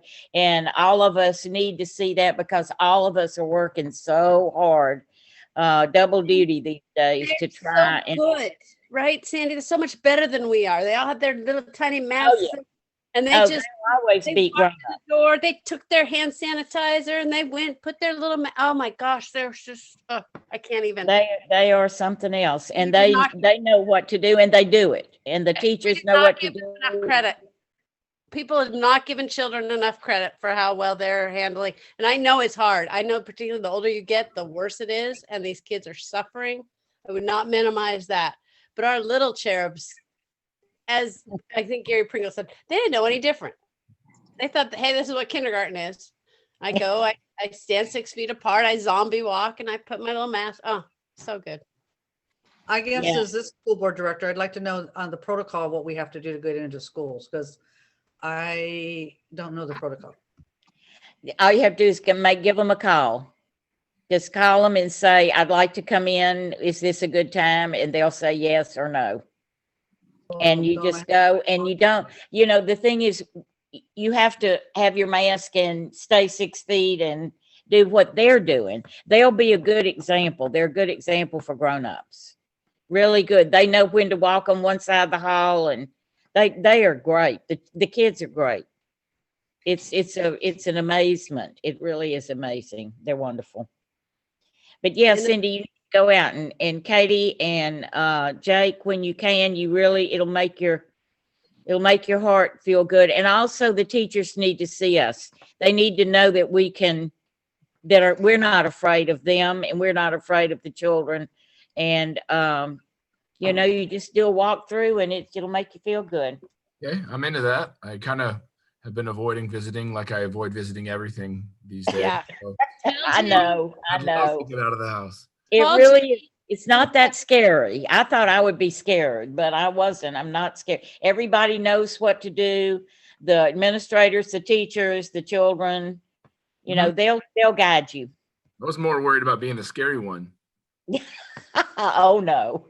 We can't speak to that, but no, we just call up Jenny and say, we wanted to get to all the elementaries to start with. So just call Jenny and say, okay, ask them if it's okay if we come here, and Jenny will tell you, plus she'll tell you, no, you can't go there because Sarah and Sandy are already there and that's too many people.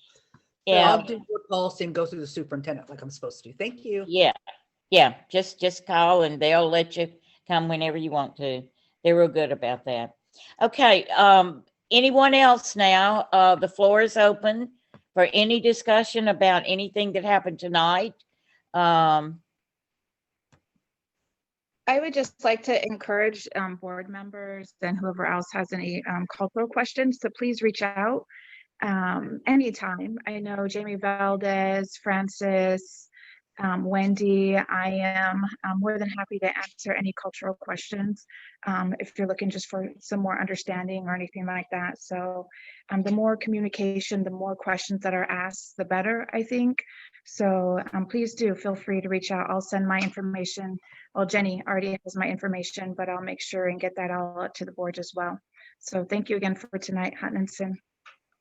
Thank you, Carmen. It's good to see you. I haven't seen you in a while. And yes, listen, we all have a lot to learn about each other, and I want to take opportunities when I can to do that myself and all the board members. Anything else? I see. Marty's remarks?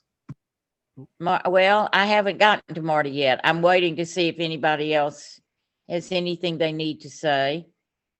Just wanted to thank the tribal council, the school board, staff, everyone that's here today for taking the time for this important meeting, and that we can highlight our work together between the school district and the tribe. You know, like the learning center, it's a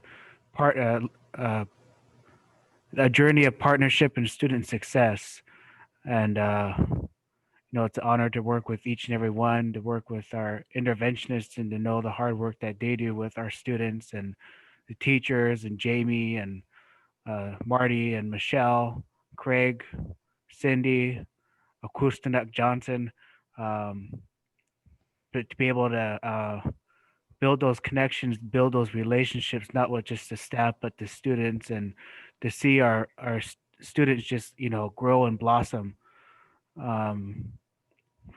with everything that's going on. You know, that they really set the example. They set the tempo for each of us on how to be, whether it's just following those safety protocols, especially our kindergartners and first graders at the Learning Center. They really set the tempo for all of us down there. But I just wanted to raise my hands and say, Hotningson, thank you, and for the time we've had today. But looking forward to continue this great work that we're all doing together as one people, that we can continue this for generations for our students. So Hotningson, thank you. Thank you, Jonathan. We appreciate your young leadership. Anyone else? Okay, Marty, it's your turn. Well, thank you very much. And I also want to extend my appreciation to our honored guests this evening and our partners in the work. Thank you to Francis and all the tribal representatives here tonight for a very collaborative and good meeting. I think anytime you do tough work, you have to have tough conversations. And, you know, this work is really, really difficult. And I think a big part of accomplishing the work is having those conversations. So as Carmen stated, opening that door and continuing that door to be open is the very first step in making a product that we all strive for. So thank you for the candid, honest conversations this evening. Very much appreciated. And from the district point or the district perspective on this, we'll do everything we can to meet the objectives that we've set out to do. That's our commitment to you. So just a couple of things. On your Friday notes last week, I attached a report. It's from the Institute of Disease Modeling, which is funded through the Gates Foundation.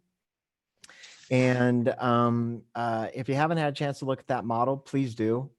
It's reassuring, to say the least. It's really a study on COVID testing and the effectiveness or the ineffectiveness of COVID testing as it relates to returning to schools. But kind of the secondary goal of that is, or the secondary agenda of that is looking at the practices that we have implemented in our schools to make it a safe interaction. The safeguards that we have in place: social distancing, masking, good hygiene, cleaning procedures, class sizes. The research, or not the research, the model has indicated that over a 3-month period of time without those measures, there's between a 35 and 40% chance that a teacher and or a student would be infected with the COVID virus without any measure.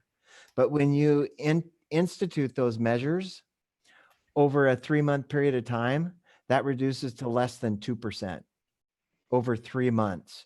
And so that's really assuring. I love to see reports of that nature to really, solidify why we're doing what we're doing. And so that model was based on King County and a transmission rate of greater than 75 per 100,000. And so for us, being where we're at in our community transmission rate at 38 today, it would even be less than 2%. So this is really important information, and it's information that we need to get out to the greater community and also our staff so that folks can understand the measures we're taking work. And not just in business, not just in the community, in schools. That's what this model is based on. So it's really reassuring. To go along with that, it's an honor to, as Katie references, have our 6th graders, 5th and 6th, come back this week.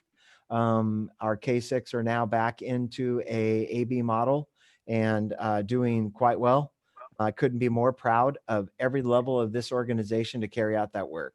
They've done a phenomenal job. And I am it is an honor to watch our schools work so hard and diligent at the practices they have to take to assure student and staff safety. And so job well done. We have started now the task of figuring out the secondary challenge. We put together a team of 12 certificated staff and secondary administrators, and we'll start the conversations around what does the secondary model look like. Remember, the most significant challenge is cohorts. And so I can't say this enough to the community and to our board and anybody that listens to this this study session tonight. Our delivery model for secondary schools will look different this year. They have to, and they will. We have a 4-period day with 20 students in each class, and those students spread into a number of different electives and core content areas. We can't do that. That's not something that our health official, and you had a chance to speak to her in September, that's not something that she would authorize.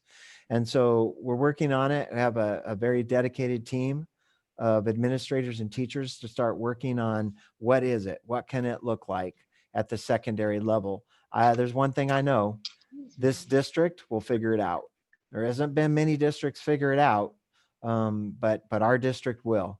And when we figure it out, it's going to be a really good experience for our secondary students. But once again, I caution the board and the community at large, it will look different this year, at least in the foreseeable future. And it's going to be a challenge, but I'm really proud of this team, and we will get it done. Our secondary plan has to be approved by Dr. Unthink. She has significant concerns about cohorts or lack thereof. So, the rollout of our secondary plan will be in 2 phases. One, will be created by our secondary team, authorized by me, and then presented to Dr. Unthink, and then finally presented to you for final consideration. My thoughts are that what we proposed and what we authorized as a board in August will look different. We know more information. And so looking at stage 2.3 being grades 7 and 9, that may not be what comes out of the work. In fact, that probably won't be what comes out of the work. So I'm asking for board openness and understanding that, you know, we know more information now. We have, you know, several grades under our belt. We're doing it well, but the plan may need to be modified for secondary instruction. And we do that in the name of student and staff safety. So that being said, that's really what I wanted to cover tonight. And it's been an honor to have our partners, the Lower Alwa Clallam tribal members and council here this evening, and really honor the partnership that we have today and moving forward. Thank you very much. Thank you, Marty. Our last item is to set up our next meeting.